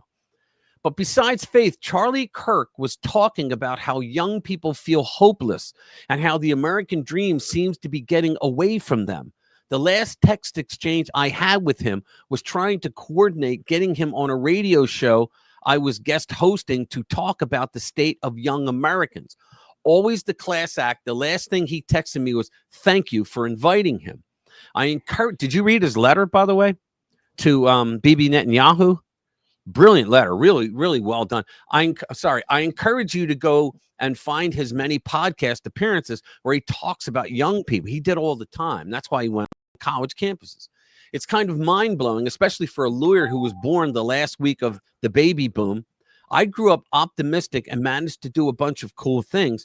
They see a bleak future where the game is rigged against them at every turn. He's right. That's how it's going to go. The good news is that Donald Trump is taking steps to address their problems. Can you imagine if Kamala was in? Oh my God, she would already be doing things to help gain more power for the Democrats and screw everybody else. If he succeeds, he locks that generation in for the Republicans, not just in 2026, but forever. It's true. That's why he's doing a lot of the things he's doing, because he wants to bring the young generation up so that, and the only reason why really is so that they don't go to the woke left, because then they'll be part of the problem, right? And they're saying now that the young men, that they are more conservative, and they're the ones that are asking for a Christian revival across the United States. They're the ones asking for it because they believe we need it, and they're right. Okay, the women, the young women, they're a lost cause at this point. They're radical, progressive, woke crazies. And it was all because the Democrats and the radical woke left crazies were pushing since Roe v. Wade went down. They've been pushing nothing but that. Like that when you hear Democrats say, well, we're ahead in healthcare in the poll. Yeah, you're talking about abortion. That's all you're talking about, because people don't like your healthcare bullshit. You know, Obamacare, really? You know, remember when Obama said, "Yeah, your premiums are going to go down $2,500 per family." Well, a lot of them went up $2,500 per family. All right, he was full of shit, and the whole thing was geared for. I mean, think about this, guys. The Democratic Party punished you if you didn't have health insurance. They had fines if you didn't buy health insurance. American citizens, if you didn't buy health insurance, you got a fine, a punishment. And as time went on, the punishment became a higher fine. And they want you to reelect them. He's getting rid of DEI, which should be DIE, because that's what happens to companies, which has been a huge barrier to hiring for many millions of young people, primarily males. Exactly. White males, especially. Did you see how he just put a $100,000 price tag on any H-1B visa going forward? That's because so many of the young men and women we told to go study STEM could not get jobs because the big corporations instead used shady brokers to import Indians and others to toil for pennies as quasi-slave laborers. By opening up the job market, Trump is betting on America's future. He really is. And see, this is what blows my mind. The radical left, the people at the Daily Beast and the idiots on YouTube, the lefties on YouTube, like David Pakman and the other morons, they can't see this. Like, how do you not see that Trump is doing things to make things better for the people? But they don't see it. God help them if they were ever to admit that. But I don't know if you saw some of David Pakman's, one of his latest videos, and he's basically going, dudes, we're in trouble. The Democrats are in trouble. The Republicans, and he had this list. And he went through a list of like... Exactly right, Gina. I'm sorry. Go ahead. I'm listening. Yeah, he went through a list of like 15 things, and he said, I don't know why, but the Republicans are ahead on all but like 2 of them. Right. And the 2 that we weren't ahead in was because one was healthcare because of abortion. That was it. It's abortion. And they were ahead by like 2 points. Yeah, but it was for abortion, not healthcare, because people don't like their healthcare. People said in the beginning, oh, I love Obamacare. And then, wait, it's going to cost what? They thought it was going to be free for them. Anyway, that's what they thought. But the judge had a single thing to say about that unconstitutional act by Obama. I know. And it was Chief Justice John Roberts that changed his mind on that and said, oh, you could do it as a tax. Now, if you remember, they throughout the entire debate of Obamacare, it's not a tax, it's a fine, not a tax. It ain't a tax. And so then Roberts says, well, you can do it if you treat it like a tax. And, hey, it's a tax. I've said all along, it's a tax. That's what that prick did. And people didn't care that he lied. They wanted free health care. And then they realized, guess what? It's not free. Yeah, he really is a piece of shit. He really is. I agree. He is I wouldn't even give him credit for being partisan. He is a weak ass, low testosterone, blow in the wind, whatever he thinks is going to keep him in his position as Chief Justice and cause a few waves as possible. Oh, I know. He, like I say, in the beginning of his tenure, he cared less about upholding and defending the Constitution than he did for making sure that the 3 branches got along okay. That's what he wanted. Yeah, he just wants everybody to be chill, you know? Yeah. He doesn't care. The fact of the matter is, Trump told him, we have a country to save, and you have the power to save it by going back to the constitutional path. And that's all they're doing. And see, the Dems don't like it because when we went off the constitutional path, in every single time, it was to help them. You know, you got a bunch of losers that can't earn anything with merit. So they had to create all these rules and regulations and even laws that gave them benefits over other people. The same thing that they claimed was happening to them, which wasn't, because everything was merit. It was a meritocracy before that. So it's getting back to that. But like, he's also the one that said that illegals could be counted in the census. Okay. Yeah, and Trump just put in there. That's why Trump said on the 2020 census, when he was first in office, he said, we want to put a a citizenship question. The left lost their freaking minds. Now we all know why, because that means power for them. More people in your state. Like, think about it. In Bobbity's state of California, if you get rid of all the illegals, what kind of power would they have? They wouldn't have any power at all. They would lose. You ever see a map? The county maps, the red and blues of there. It's a red state. You'd never know it because the illegals are allowed. They're in there, and they were made like that. That was where they mostly were when Reagan fell for, when the Democrats pulled the football and he kicked it in the air like Lucy and Charlie Brown, right? And they were like all legal overnight, and it became a one-party state ever since. But Rich, whatever are we going to do if we can't have Democrats breaking the law continuously? How will we live? How will we know ourselves? I don't know. I have no idea. You're right. That's a ponderous question. Yes, but here's the other half of the question is if yeah, exactly. Thank you, Sheila. When Trump retires and goes away, what will the Democrats have to run on? I don't know, because I think JD keeps saying I haven't decided if I'm going to run yet.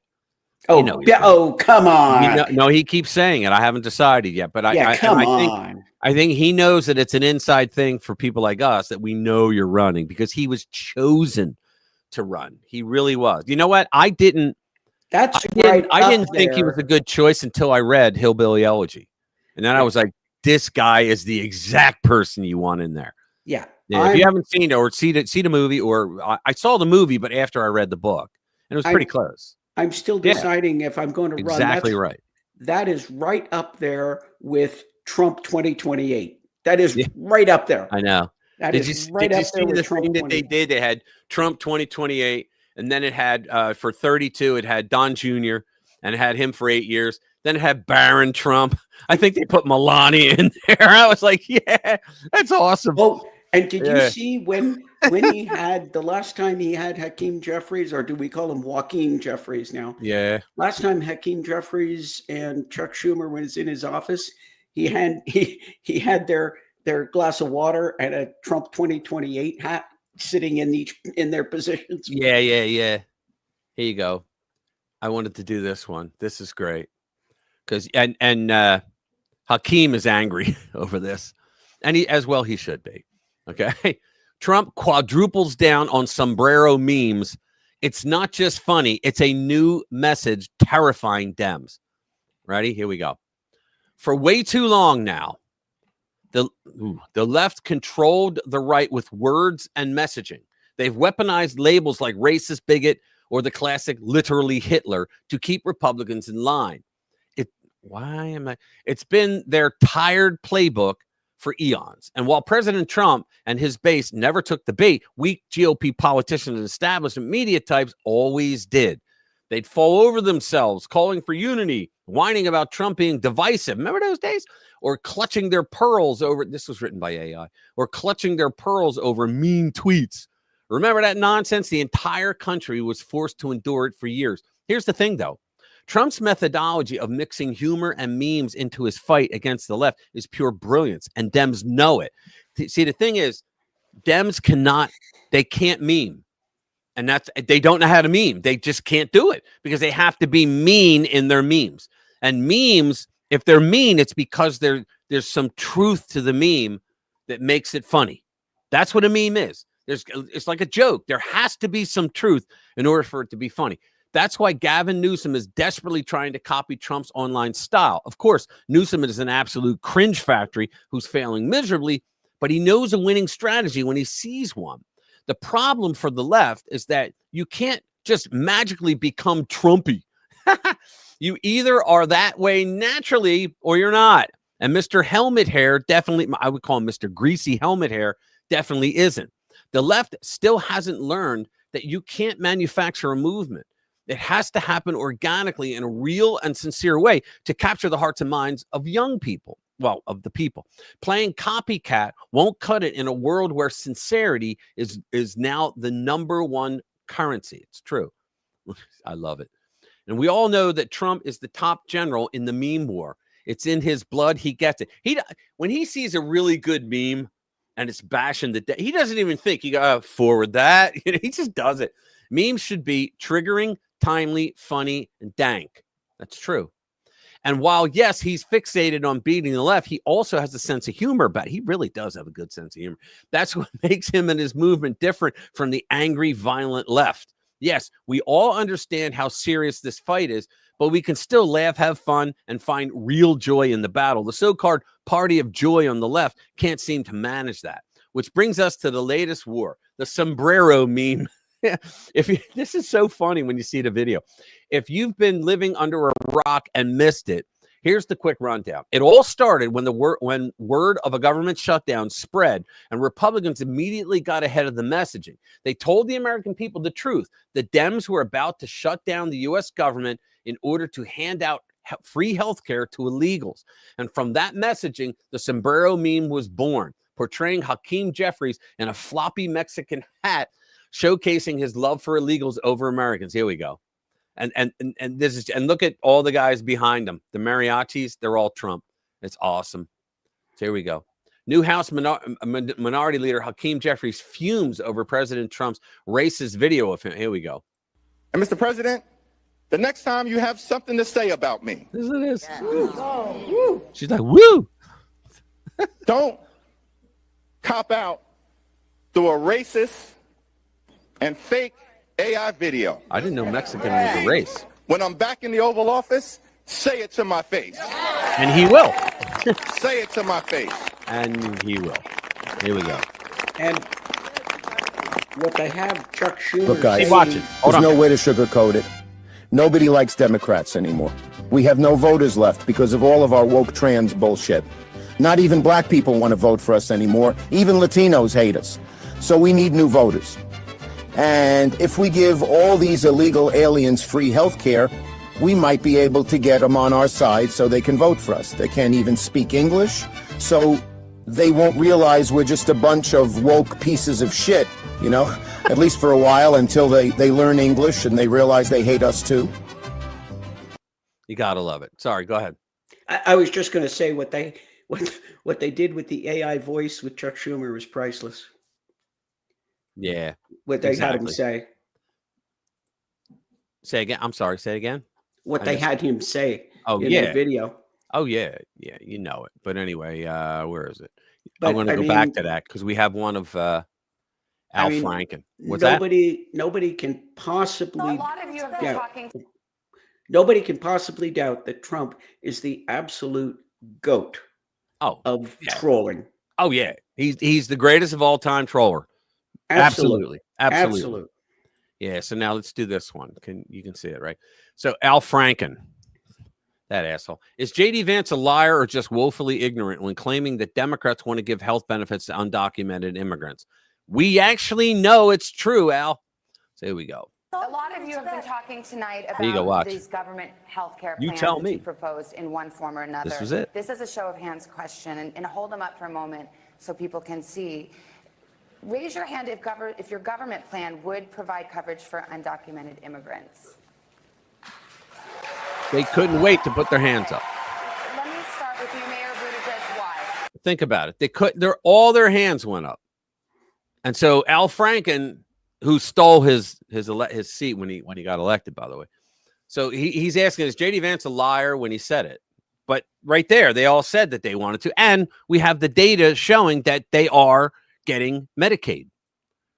Because like I said earlier, the Biden administration gave them a parole status that allowed them somehow through some novel idea to get into Medicaid. So you and I were paying for illegals to get health care.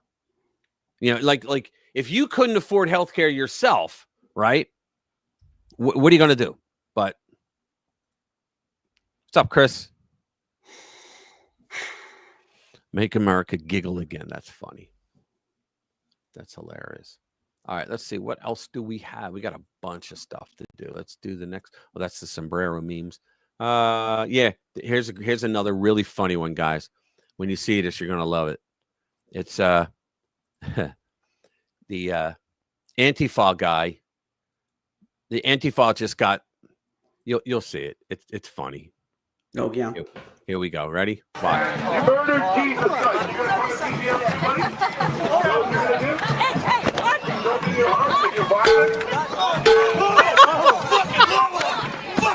love it. Watch it again. Watch it a couple times. I believe it's AI, but I get it. Boink, boink. I'm like, oh my God. You know they added that in, right?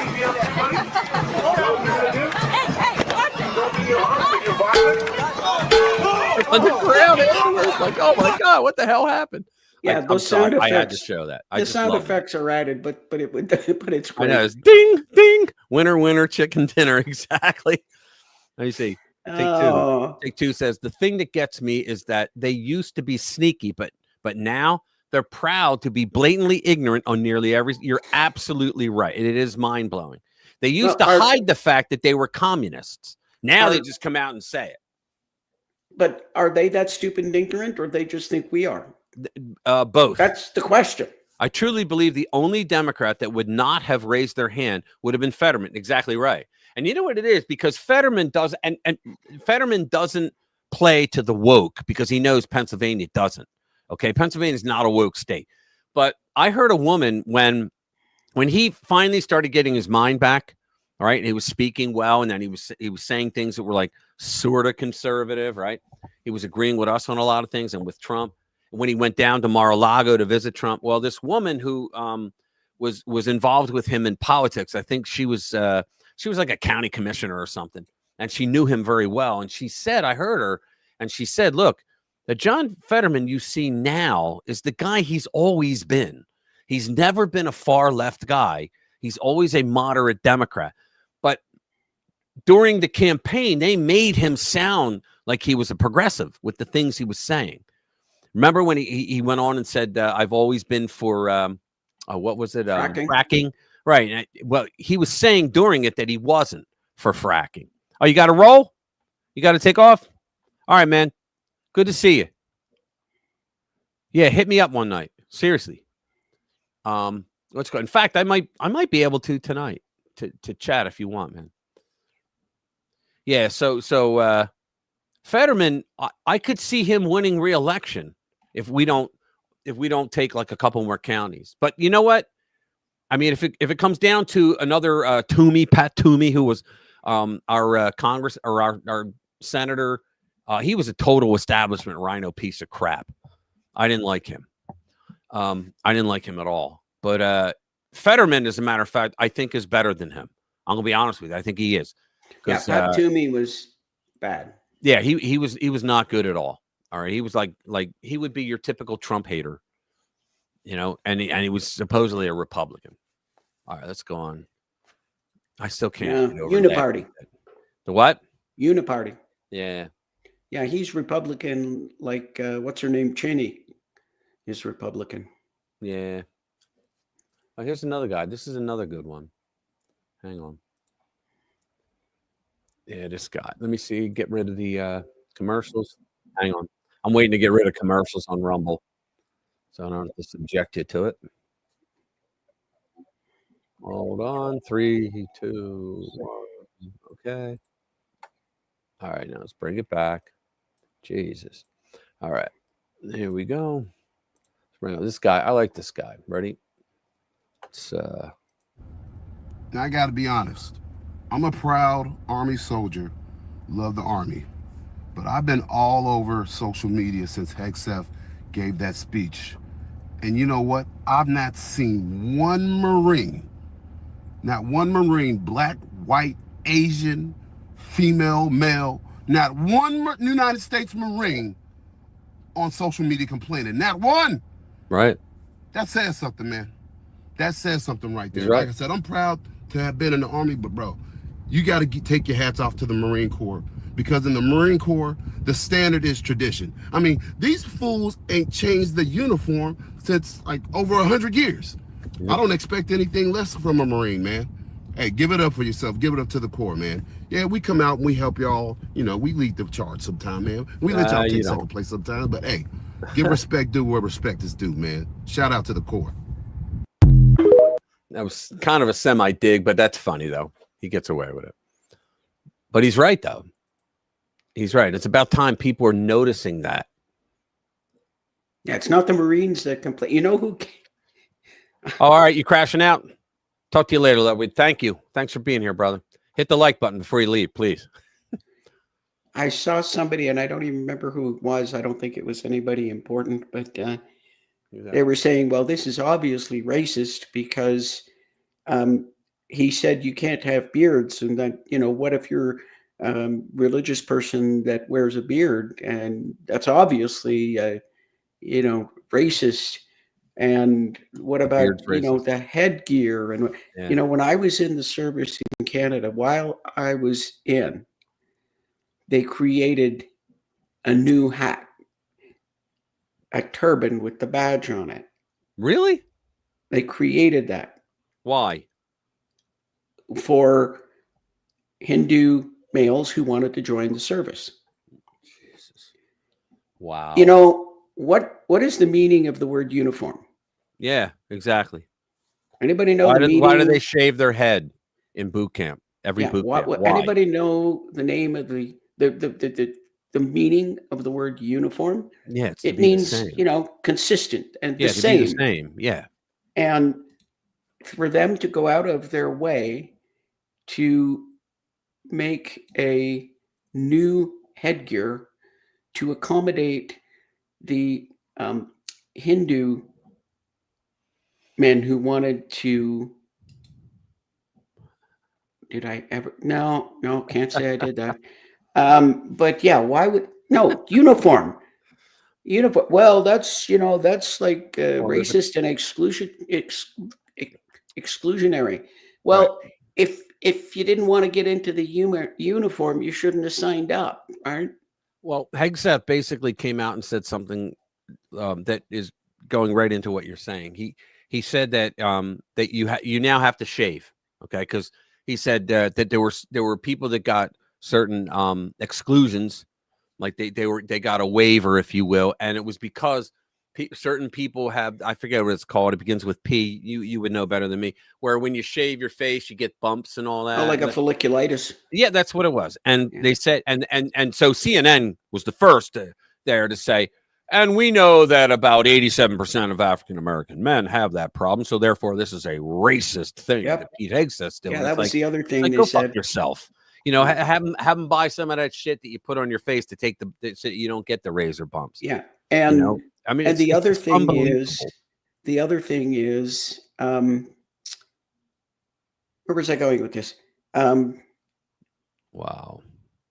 They can probably still get legit medical exclusions if that's necessary. Well, Hegseth said no longer. Well, he said he said you either start shaving or you get out. Yeah, and you're out. I'm okay with that too. Yeah. And I mean, sometimes the exclusions are temporary. I know, again, back in the day, one of the soldiers had a motorcycle accident and got multiple nasty slashes on his face, and he had scars all over the place. So during the time that those were being treated and healing, he got a check to not shave. So well, see, I always liken it to something Limbaugh said years ago when he said, the military is not a social club, and they have two main things they do. The military is to kill people and to break things. That's what the military's for. And when you start getting into this bullshit where you got to make all these different exceptions for people, then you have a social club. And a social club is not the baddest fighting force in the world. And I always ask this, and I say, look, with the women in combat, I say, if our military was nothing but women in combat, would we still be the baddest military in the world? The answer is obviously no. So then why do we need them in combat? That was another Rushism. Well, of course, here's called a sexist and a bigot and all that bullshit. Here's the corollary to that. I think I've said that right with you here. If a woman wants to be in a combat role, she needs to do the same training and meet the same standards dumb it down. Yeah. As a man. But they dumb it down because the press always jumps in there and the Democrats always jump in there bitching. Yeah. Saying, it's not fair. Oh, really? You think the fucking enemy is going to go, you know what? I'll fight 30% less because you're a female. Marcus de Queensberry's rules, right? Yeah. So no, the point being, hey, listen, I've met a lot of women you wouldn't want mad at you in a dark alley. Okay. Yeah. Yeah. Oh yeah, the pregnant fighter pilot jumpsuits. They did that. I remember that. Is that not ridiculous? But yeah, I've met a lot of women you wouldn't want angry at you in a dark alley, but not most women are like that. Right. So if and those women would have their heads torn off by an enemy, by a male enemy. I'm sorry. I don't give a fuck how strong they are. Well, if they can, well, I mean, there's a couple of problems. The first one is physical requirements. If you can do as many push-ups and hump as much in a rucksack as far as your male colleagues to meet the requirements, then I'm all for it. Don't change the requirements. But now we have actually... You have a psychological factor too, though, Jay. I was going to say social, because there's a two aspects to that. Because if there is women like that are an exception. A rare exception. But if you wanted to take that exception, if she could do everything that the guy could do, there's still the factor of just little things. You got to change. All right, Chris, thanks for stopping in, brother. We really got to talk some night.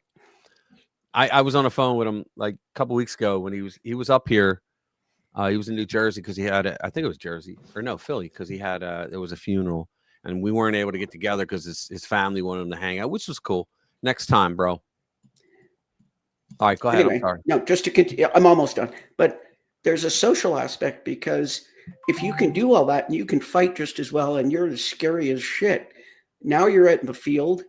What if you have to change your clothes? Right. We don't have separate changing rooms. Well, there's something else too, Jay, that I wanted to get into. Like, it was found out, especially during the beginning of the Gulf War, that when women were in units with men, okay, they would usually have one in your platoon, or they wouldn't put two in there, right?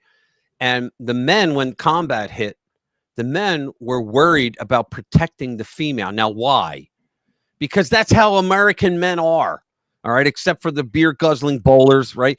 American men, they see a woman being harmed, they technically, instinctually were raised to protect her, and you can't have that.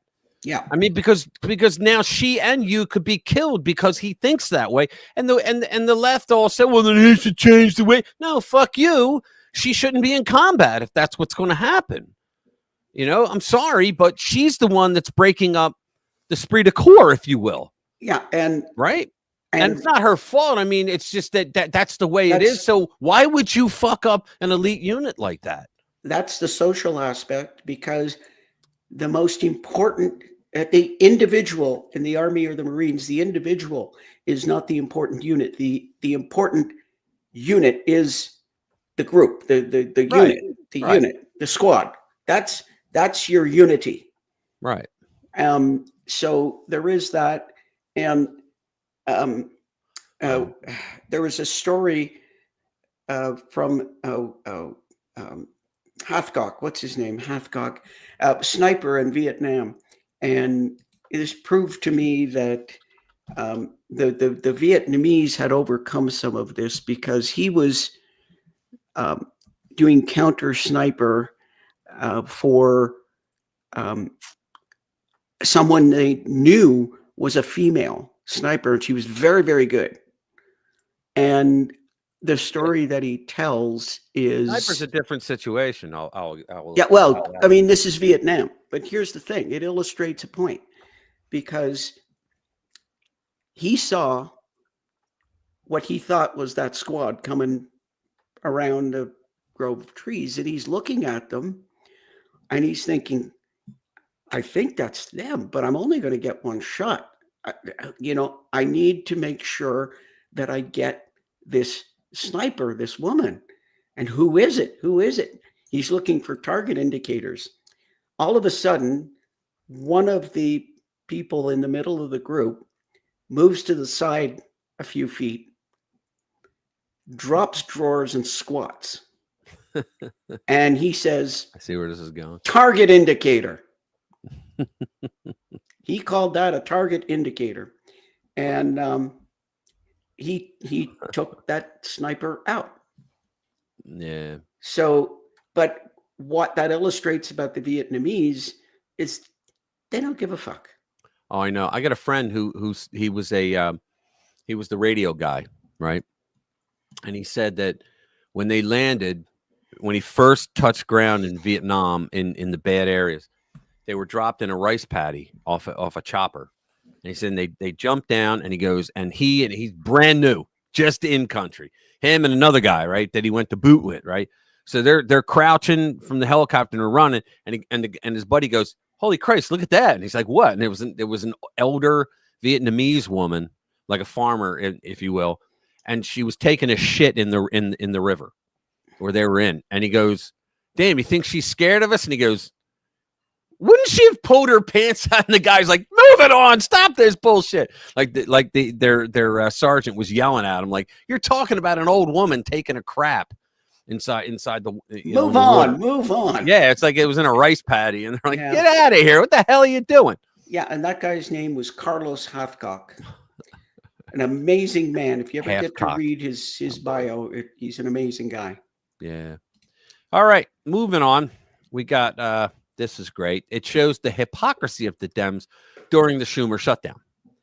Dems plan luxury retreat in California wine country while complaining about the shutdown. Can you believe this shit?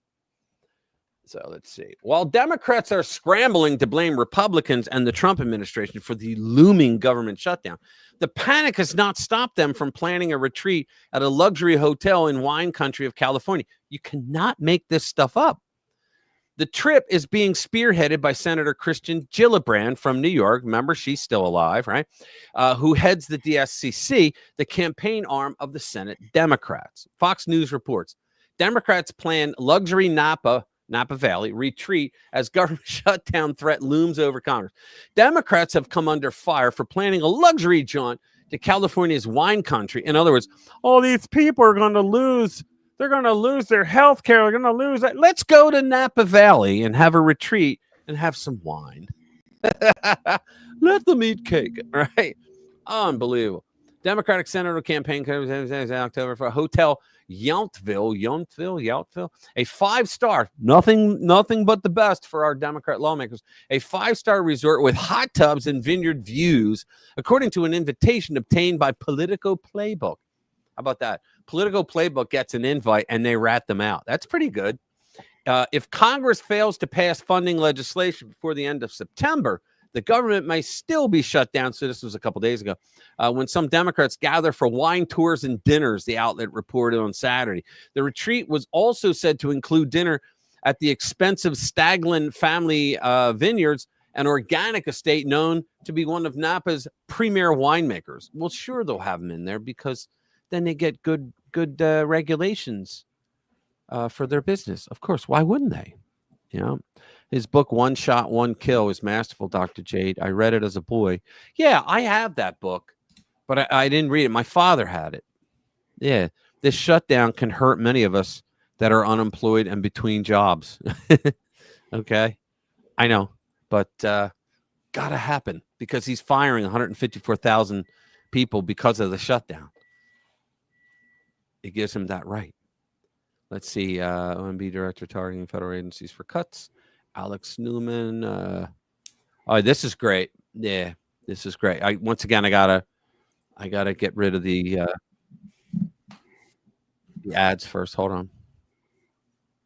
Okay, one down.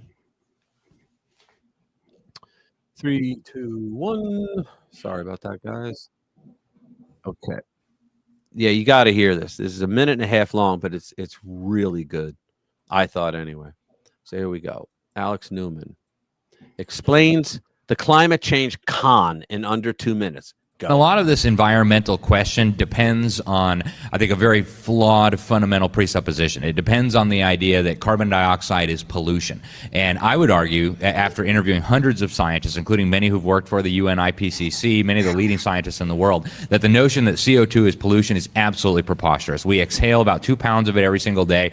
The proportion of greenhouse gases made up of human CO2 emissions is a fraction of 1%. The idea that that is going to destroy the planet or change the temperature of the earth is, frankly, in my opinion, totally ludicrous. But from a totalitarian perspective, if you can convince people that CO2 is pollution, there's no human activity that doesn't result in CO2 emissions, including living, including dying, turning on a light switch. Every single aspect of your life, then, if we submit to the idea that CO2 is pollution, then comes under the regulatory control of the people who claim to be saving us. So in other words, when you hear people cry about climate change, they are totalitarians that want to take away all freedoms you have from pollution. So when they do these environmental studies and they say, well, your CO2 footprint will be smaller if you eat bugs or you do this, that, or the other, you drive an electric car, that doesn't show anything about whether that's going to benefit the environment or not. In fact, CO2 has actually been very beneficial for the environment. In interviewing Trump's climate advisor, Dr. William Happer, a physics professor at Princeton University, he said the Earth is starving for more CO2. And since we've had a little bit of an increase in atmospheric CO2 over the last 100 years or so,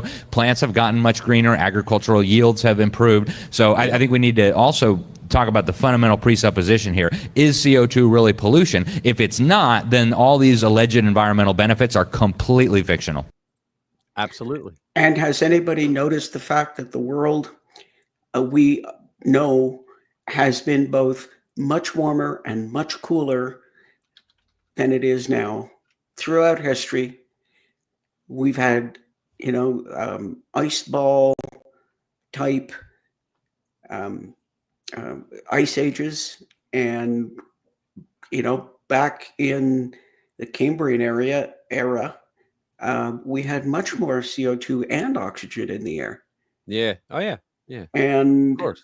And you know what? I never noticed any reference, and I've looked. I have not seen any reference to those giant dragonflies driving SUVs. I just never found it.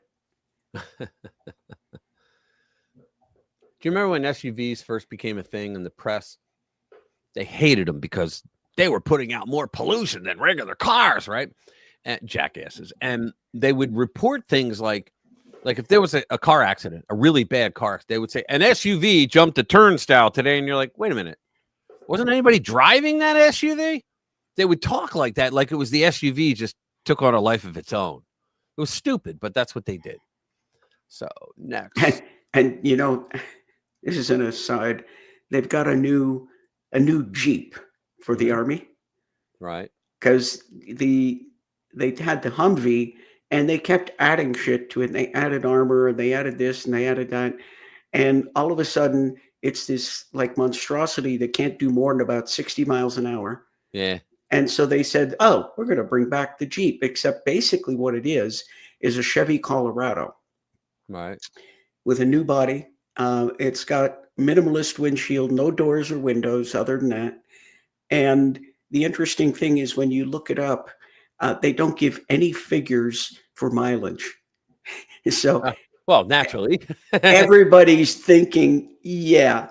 You think they got all that, limiting software and equipment on that thing? No, that thing's burning through the go juice and getting the guys into and out of trouble fast. That's a shame that 42 isn't here. He would have loved that comment, Lynn. Not eating the bugs. I gave him 2 of the songs I wrote on that. He can do whatever he wants with them because I only did them out of honor of him. I like him a lot. What's this next one? Here we go. This is good too. Memphis resident photobombs CNN live shot as Trump admin cleans up the blue city. Remember, they went to Memphis, right? They're going to Memphis. So we'll just skip all that and just go. Let's see. We'll go out and share this tab instead.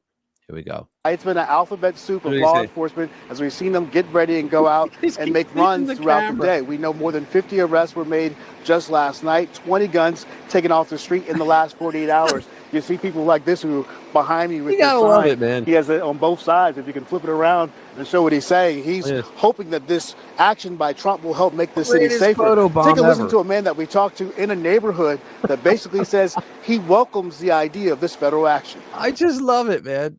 This guy, I love these guys. That's funny. Let me say this too, and this is not like the left will say it's racist, but no, I love when Black Americans become conservative because they have awesome ideas, things that many other people won't think of because of their America, the way they no less legitimate than ours, but they did live a different life than us, right? But they come with the greatest arguments ever. And I just love listening to him and watch like that guy. Like nobody else would have done a photo bomb like that in Memphis to CNN. And the people that are filming it all, they're not about to tell you, get out of here. You know, they're not. You know, I absolutely love that they've joined our team. I love it. And we have to do everything we can to keep them. The favorite part, whenever I see a video of somebody who's come into the light, whenever I see one of these guys that's come into the light, most of the time they're saying, I can't believe I listened to the Democrats. They've been lying to us for 50 years. Yeah. A lot of them are having that revelation. They are. Yeah, a lot of them are. They're like, God damn, these. And I've seen a lot of them on Brandon Strzok's site where they say, I went to like a Trump rally, expecting anything could happen. He goes, they were the nicest people I ever met. He goes, I didn't hear anyone talking racism or sexism, nothing. He goes, they were sweet people. And I'm like, hello, welcome home, So what's next? Sitting down. There's a new twist in the pipe bomb hoax. Now we won't do that. Yeah, actually, I would like to see that one. Do you? Oh, all right, good. All right. You guys know about the pipe bomb hoax. And actually, Revolver was one of the first ones to do the investigation on it. So there's yet another sitting down. There's a new twist in the pipe bomb hoax, and it's a doozy because of Ray. When was this written? A day ago. Okay. We have yet another humdinger of an update on this absurd pipe bomb hoax to link to January 6th. As Revolver readers know, years ago, our investigative work helped to blow the Fed's official story to bits and open the door for others to dig deeper into the fanciful tale of some unknown pipe bomber. We knew who it was, lurking around D.C. in a hoodie. I think it was a woman, and she was a Democrat operative. That's what I think. To this day, because of the way the mannerisms and all, but it doesn't matter. It was a Democrat that did this, and they did it intentionally because they wanted to use it against the Republicans, against Trump, to make him look bad because he was accusing them of stealing an election. And so if the riot didn't happen, the 11 o'clock news is going to say, there was a pipe bomb outside the DNC building, and the vice president-elect was in there. Oh, my God. And she lies to this day, saying she was never there. She was in the Capitol. Because she was a senator still and she had a role, but we have her on video, for God's sake, leaving with her entourage at around 11:30 to go down to the DNC. To this day, that person has mysteriously remained anonymous, even though you can see him or her prancing around on camera. In fact, it sat down on a park bench, knowing that, like next to the building, knowing that there was a camera, and just looked at it and stared into the camera because he's wearing a hoodie, the mask, and big sunglasses. Just looked up there and stared at it like, fuck you, right? For crying out loud, the feds can pinpoint the nose hairs of a MAGA grandma from 2 states away, but they can't find this so-called dangerous bomber. Please. This story has always been riddled with gaping holes. Those holes keep getting bigger, and at this point, they're so big, you could drive a semi through them. The latest twist may be the most insane yet. Before we get there, let's remember what we recently shared with you. A recent receipt Julie Kelly uncovered that raised yet another red flag about the official story, this time involving the timing of when the so-called bombs were planted. It's starting to look like the FBI has been lying even more than we thought. We don't really have to go through that. You can read the entire piece there. Whatever. So that little nugget from Julie could be the final straw that breaks this hoax open. And maybe, just maybe, because the story's unraveling so badly, we're now getting this new bizarre, almost laughable update. This one comes from Just the News. That's John Solomon's organization. And you might want to sit down for it because it's a doozy. Evidence obtained by Congress in its quest to unravel the mysteries of January 6th has led the panel leading the investigation to consider that the pipe bombs planted at both the Republican and Democratic National Committees may have been part of an undisclosed training exercise, Chairman Barry Loudermilk told Just the News. Additionally, new documents raised questions about how was it a training exercise when you had a guy clandestinely covered up and going and dropping them off, right? So additionally, new documents raised questions about how valuable cellular phone location data from these days leading up to January 6th, key data that investigators needed for their work, was purged from an AT&T and government system despite a preservation order from the FBI. It's because the Biden administration said get rid of it. Chairman Loudermilk says the evidence from the FBI's pipe bomb analysis, AT&T's response to the data request, and a stunning coincidence are leading his panel to consider alternative theories about one of the enduring mysteries of that day. Just the News reported on Monday that the pipe bomb analysis conducted by an FBI laboratory found the devices were filled with chemical building blocks of black powder. Each was equipped with a 60-minute kitchen timer, and each had destructive potential. However, neither device exploded, and they were discovered about 16 hours after the FBI claimed they were planted outside both major party headquarters. To Loudermilk, see, the reason why going over this shit is important is because we might not be able to keep the Democrats out of power, for the rest of our lives, right? So you got to know their tactics and the bullshit that they're up to so that future members of Congress and investigators can say, hey, remember back then when they pulled that shit with the pipe bomb? So, quote, I'm not buying the story anymore that they were there on the 5th. Just the News. All right. So now pipe bombs might have been a training exercise. If that's true, then where are the wanted posters for a phantom bomber? Yeah, this was the bomber. Let me see. They don't have the one where she was sitting looking up at the camera. Why did the FBI feed the media a January 5th planting story that doesn't hold water?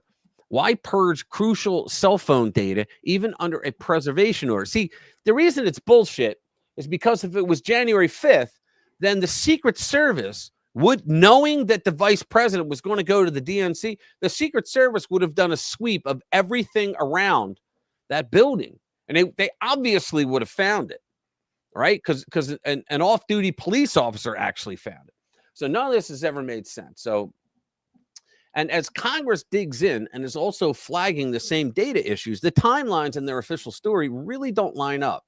This narrative looks like it was stitched together in a panic with the flimsiest thread. Yeah, because people discovered it and they're like, oh shit, people are now talking about that. They had no idea. They thought they were going to get away with it. The FBI has been stringing the American people along for years with a story that collapses under the slightest scrutiny. Here's what should happen. Congress should haul Chris Wray, the man who was in charge of the FBI during those disgraceful days, into a public hearing and force him to explain this mess on live TV.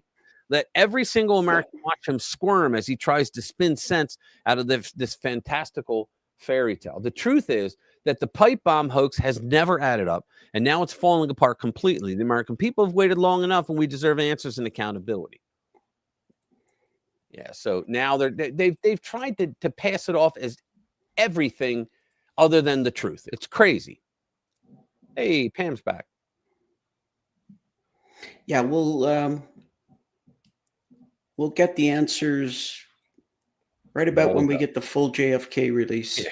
The J6 pipe bomber is named Waldo. No one can find that guy. Yeah, absolutely. All right. Why does this Grace FBI still have a job? Yeah. We'll do a different one.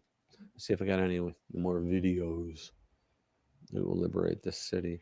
Oh, Stephen Miller. Oh, it's a Stephen Miller moment. I may have to do an intro for that. There we go. Okay. So Stephen Miller, as they're going into Memphis, we will liberate this. Where do you hear him? He's awesome on this. So Pete. I'm going to Bring it up. Here we go. Thank you, Pete, Gaddy, Pam, and of course, your governor, not only being here today, but for the invitation to your state to bring the full resources of the federal government to making Memphis safer than any of you could ever possibly imagine. Here you go. To the Memphis Police Department, to the officers that I see sitting in front of me, we are about to provide you with a level of support you cannot even imagine. This isn't just a task force. This is a all-of-government unlimited support operation. ATF, DEA, FBI, ICE, Department of War, every resource we have. And they're not going to be sitting behind a desk at a keyboard. We are sending in real cops with guns and badges to go out with you on the street every single night making arrests. These are people who have taken down drug cartels, kingpins, the worst criminal offenders in the United States, standing with you shoulder to shoulder to shoulder. All we ask from you is to show up at roll call every single night with your brothers and sisters in the federal government and to go out and get the criminals off the street. And if you do that, I pledge to you, we will liberate this city from the criminal element that has plagued it for generations.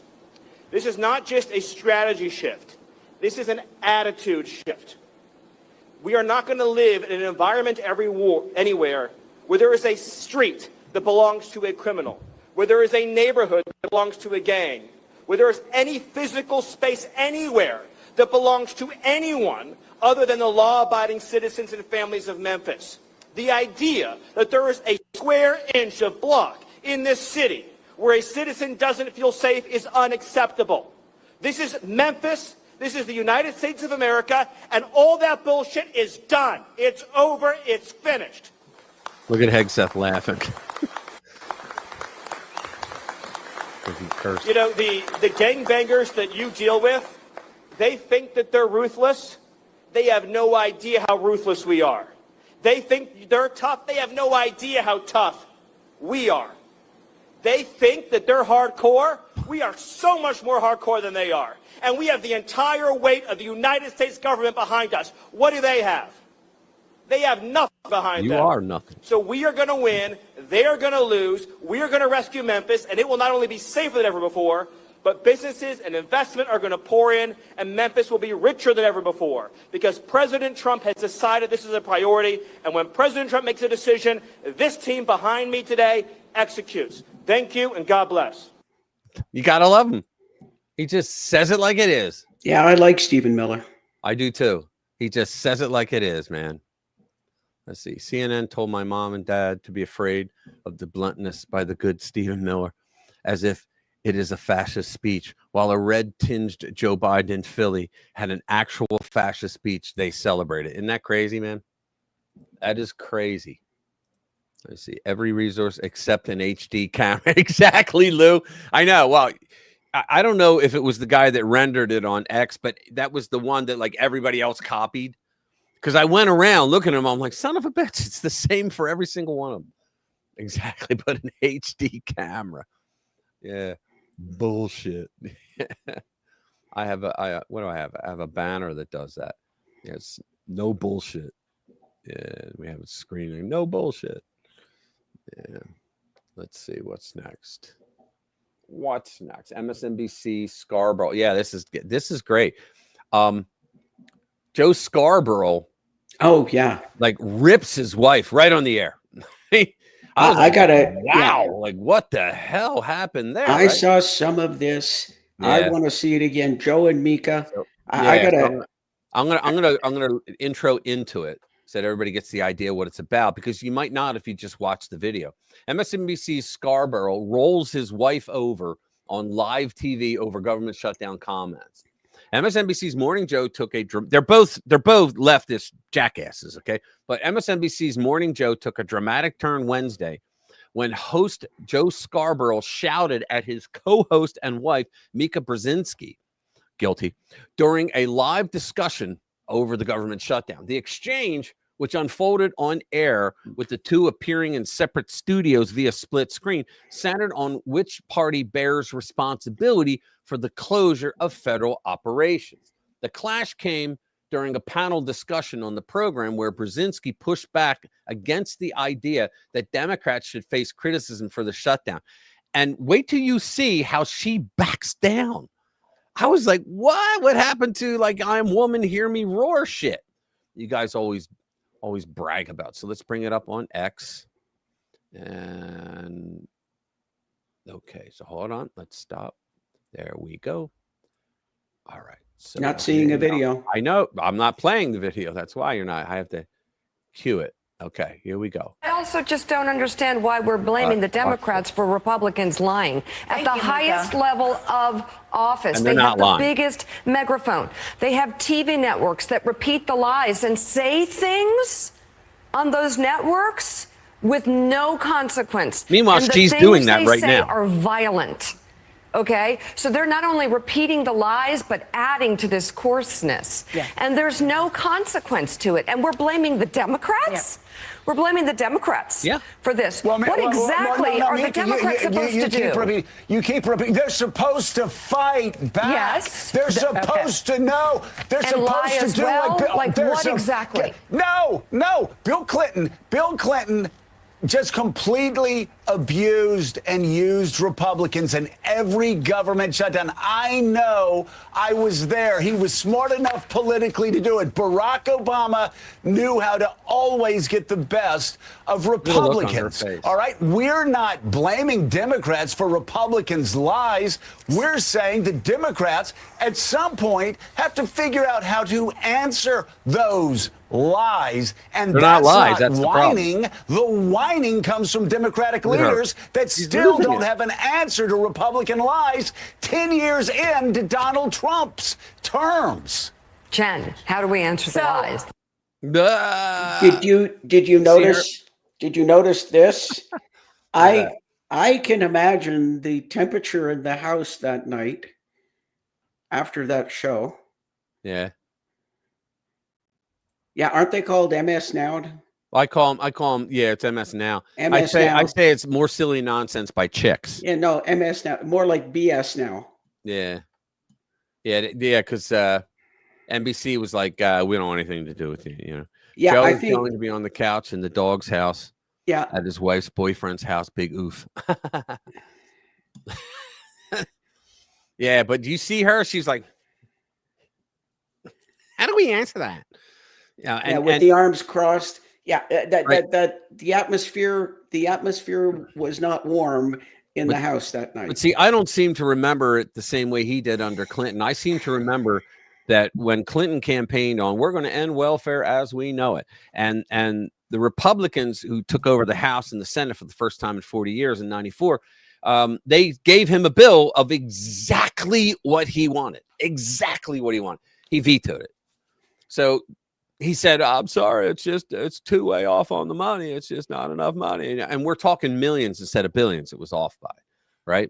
And so they then go, okay, we'll give you exactly what you asked for now, because they wanted them to sign it, right? So they're like, okay, we'll do that, right? So he then vetoes it again. And that's when Bob Dole and Newt Gingrich walked with Bob Dole up to the White House, and they had a meeting with him. And he said, Mr. President, we gave you 2 bills of exactly what you asked for. And you actually campaigned on this. And he said, and you vetoed both times, trying to blame us for being, too stingy with money, even though we gave you exactly what you asked for. And he said, what are you all do about it? And they said, well, here's what we're going to do. If you veto this the 3rd time when we give it to you, of everything you asked for, he said, for the midterms, every single Republican is going to play the commercial where it shows 2 sides of the screen. On the left side, it's going to show you saying, we're going to change welfare. We're going to end welfare as we know it. And on the other side, we're going to show all 3 veto pens. He signed it.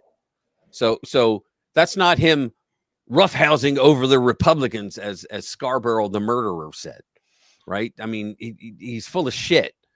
I don't remember him getting over on the Republicans. What I remember was there were wars over the fact that Clinton had to back down on his budgets because the Republicans were not giving in.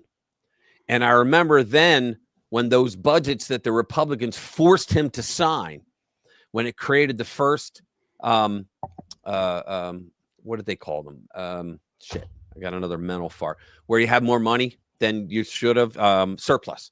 Okay, they said that it was the first time there was a surplus, and Clinton goes and takes the credit for the surplus. Right? He fought them tooth and nail down to the minute that he signed the bill, the budget, and then he goes and takes credit for it. That it was all his doing, right? What a load of horse shit. Yeah. Mika should not offer word. Yeah, that's right. MS now. So what's next? Let's see. Which ones do you want to see? Or you want to see? Okay, done? let's see. Have any? We got a bunch. Oh, you want to talk about California and the gerrymandering? I always like to hear accountability in California. Idiot. Yeah. Okay, here we go.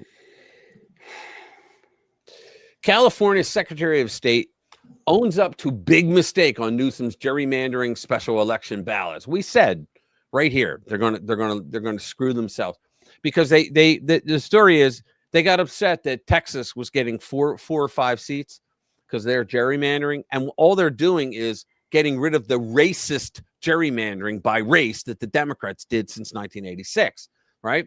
When Thornburg v. Gingles was ruled, they abused the ruling and did what they did. So he said, I'm going to do it myself. And well, he couldn't because the Democrat states, they put themselves into a bind. You know, they virtue signal, oh, we're going to have commissions, independent commissions that can't take sides. They're going to be independent. And they're going to tell us when we can do redistricting and a whole bunch of other things. And so they just passed that not that long ago in California. And so this comes up and gruesome Newsom wants to violate that already. And the commission said, no, get away, go. The people of California don't trust you anymore with this. So they're trusting us now. And we don't think that you should be able to do it. So then he goes to take them to court. I mean, he's going to, and he's saying, I'm fighting for the people of California against this stuff. Yeah, didn't he trying to steal an election? And it turns out he's telling them, in essence, he's telling them with his marijuana red eyes right there. He's telling them, fuck you. I don't care that you guys just voted this in. I'm going around you. Go ahead. Yeah, didn't he talk about putting a ballot initiative to get rid of the commission? Yeah, that's what he talked about. And the American people, like even the people of California, going, wait a minute, we just put that in. You don't have a right to do this. So in other words, I don't care what you people think. Sit down and shut up. It's when they are in power. Democrats love to make up the rules as they go along. But when Republicans take over and decide to play the game by the rules Democrats made up, well, that's a problem. Former President Barack Obama was fond of chiding Republicans with the condescending elections have consequences. Right, Michael? Reminder, recently, Republicans on both the national and state levels have not been so subtle about returning that same rebuke in the form of an old Democrat strategy. I got Mark calling me. Mark from Georgia. Hold on. Come on. Mark. I'm sorry, guys. Because I think I'm going to bring him in. On the air. All right, so I'm sorry, guys. Sorry about that. So let's say former president rebuking the old strategy, mid-decade redistricting. I remember when CNN was interviewing Hakeem Jeffries. Said they had the audacity to do mid-decade redistricting, and he didn't skip a beat. He said, "Wait a minute, you guys did that under Obama." And he went, "No, we didn't." He's like, he repeated, or gerrymandering before the 2026 midterm. Democrats are not happy at the epicenter of their unhappiness in California. Kevin Kiley, I'm calling for Prop 50 to be rescheduled to abide by existing statutory and constitutional timeliness. This latest outrageous error will cost millions to correct. A banana republic style election based on misinformation and voter suppression. Good Lord, these people they're despicable. Let's begin with how we got here. In August, Texas did a mid-decade redrawing of congressional maps. Republicans will potentially give 5 seats from that gain 5 seats from that redistricting. Again, because Democrats hate it when Republicans play the game by the rules they made up before the new map was passed in Texas. California decided to play tit for tat and passed a law to set up a November special election where voters will be asked to approve new Democrat-leaning districts. Because California Governor Gavin Newsom is all about sticking it to Texas, and ultimately Donald Trump, the result is Proposition 50, which will be on the November ballot in California. If passed, it could eliminate 4 to 6 Republican seats in a state that has already gerrymandered within an inch of its life. But there are a few problems. One, unlike Texas, California's state constitution prohibits mid-decade so he wants to break his own state's laws. And two, in 2008, voters approved a measure that would transfer power to redraw congressional districts from the state legislature to an independent citizens commission. So not even 20 years later, they want to get rid of it. Bypassing the law has never been an issue for Democrats. So fast forward to today, with a little over a month to go before the election, mail-in ballots have already been sent to millions of voters. Which election are they talking about? Is it a governor's race or what is it? Huh. I don't even know what they're talking about. The midterms, because it was always about the midterms. So I don't know what they're talking. So Bobbity, tell us what election is coming up in your state? Yeah, I know they've got something coming up because that was the whole point, that they wanted to get this pushed through so he could change the districting before the midterms. The midterms. Yeah, but this is saying bypassing the laws and everything. So it says, let's see, with a little over a month to go before the election, mail-in ballots have already been sent to millions of voters. However, on Tuesday, California Secretary of State Shirley Weber admitted to a big mistake regarding those millions of mail-in ballots that have gone out. A labeling error in the voter information guide mistakenly labeled the proposed new congressional District 27 as District 22. Ha ha ha, that's pretty funny. Still vote no on 50. Needless to say, that's a pretty big oops in the midst of a special election that is already costing California taxpayers $285 million. Weber, whatever, stated that a postcard will be sent to all voters in an attempt to correct the mistake. Oh, my God. How pedestrian. But the anti-Prop 50 group, No on Prop 50, Stop Newsom's Power Grab, wants to know what's next. They released a statement on Tuesday. Will Secretary Weber disclose the price tag of this correction, or will we have to wait for that information to leak like the original cost? Prop 50 is a rushed, reckless power grab that blew through safeguards and opened the door to critical errors. Now the integrity of California's voting process is in question. When wasn't it sacrificed for the sake of political gain? While Gavin Newsom may be busy trying to stick it to Trump and Texas, a handful of GOP-leaning states are considering sticking it right back to Newsom. My colleague Ward Clark recently reported on the Missouri House of Representatives passing a newly drawn congressional map. A show-me state will likely go from 7-2 GOP majority to 8-1. Can you imagine that? Look at this shit. Because Gavin Newsom has been hell-bent on rushing through a special election that would strip California Republicans of what little representation they currently have in Washington, D.C., mistakes have been made that voters will be on the hook to pay for. Gary South is a California Democrat political consultant who sadly summed up Newsom and proponents' main argument for passage of Prop 50. Screw Trump and Texas too. Can you believe it? Wow. It's like they just don't learn. See, what it is they don't like to be losing in anything where it's not rigged. Everything they get involved in, they want it rigged in their favor because they don't like to have to compete and they don't like losing. I mean, if they lose, what's that? I mean, they like a good, fair fight as long as it's heavily weighted in their favor. There you go. Isn't there a special election in Pennsylvania regarding the state legislation abortion laws? I don't know. I don't do state politics too much. You know, I don't know. Let's see. Got this here. There's a non-citizens to vote. Yeah, here's one on non-citizens voting. There we go. You ready for this?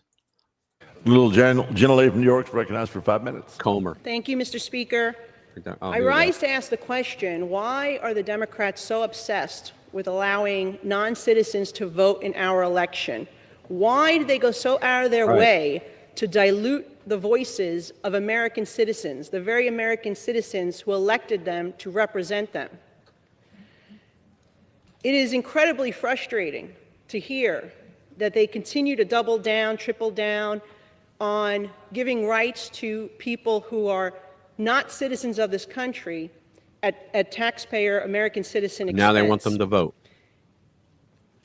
The lead debater on the other side of the aisle said that it's not just this Washington, D.C. that is looking to allow non-citizens to vote in our elections.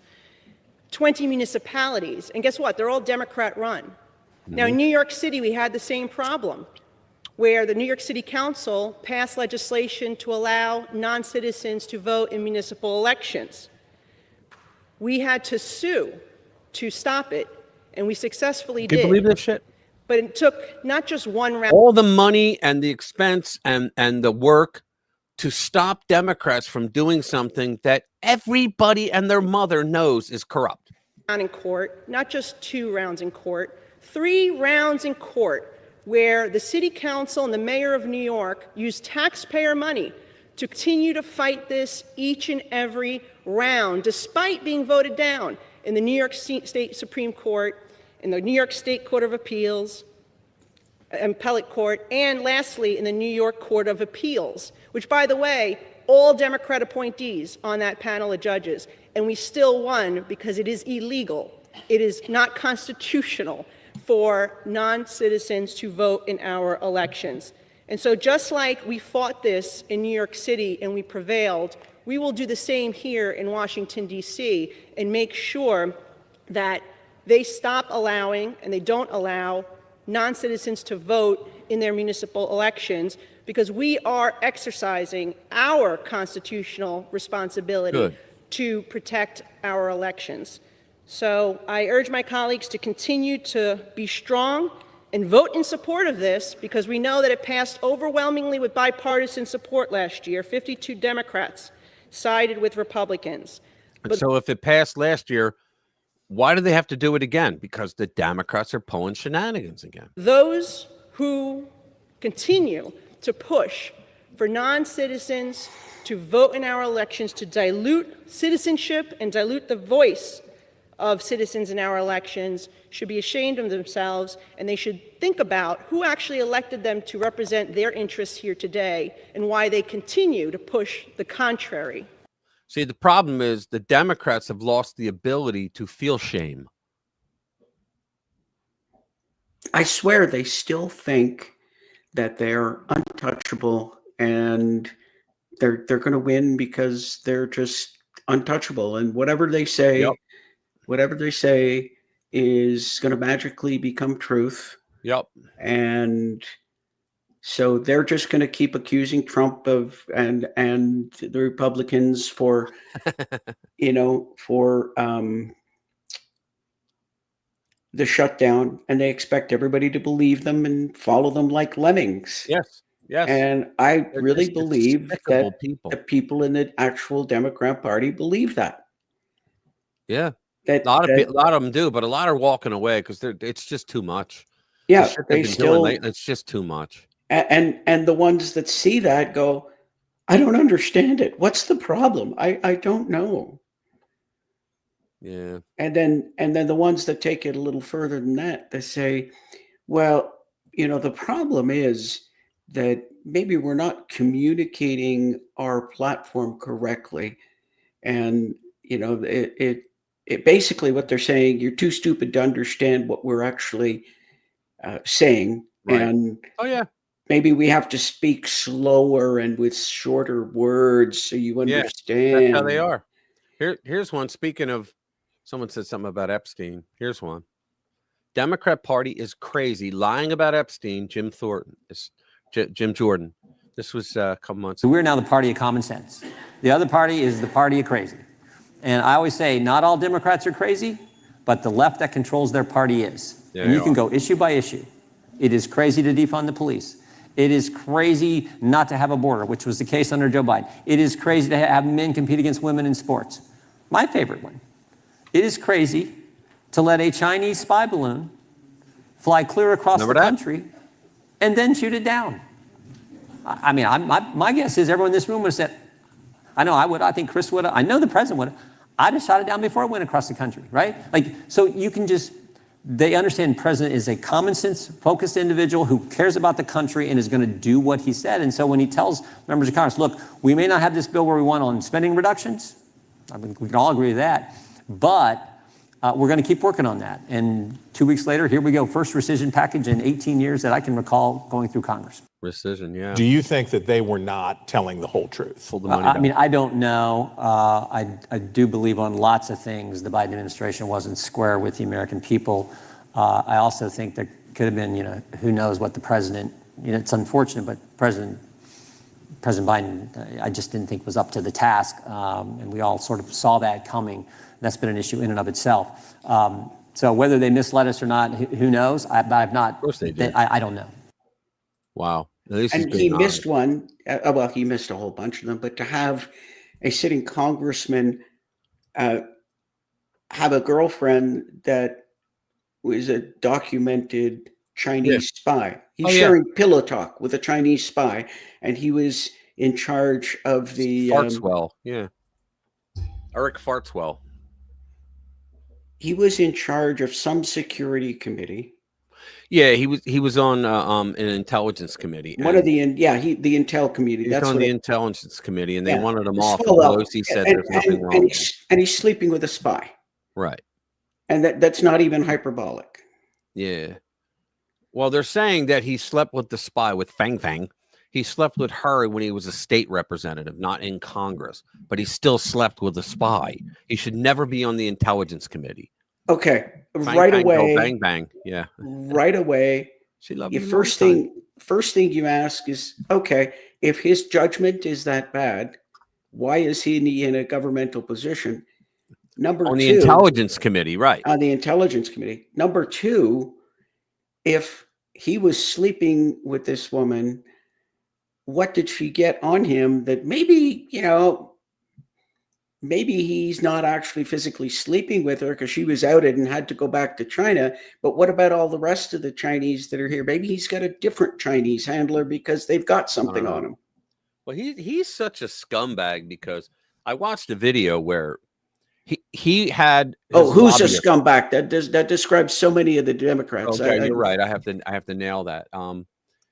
All y'all from here over, you're scumbag. No, it was Eric Fartswell. Yeah.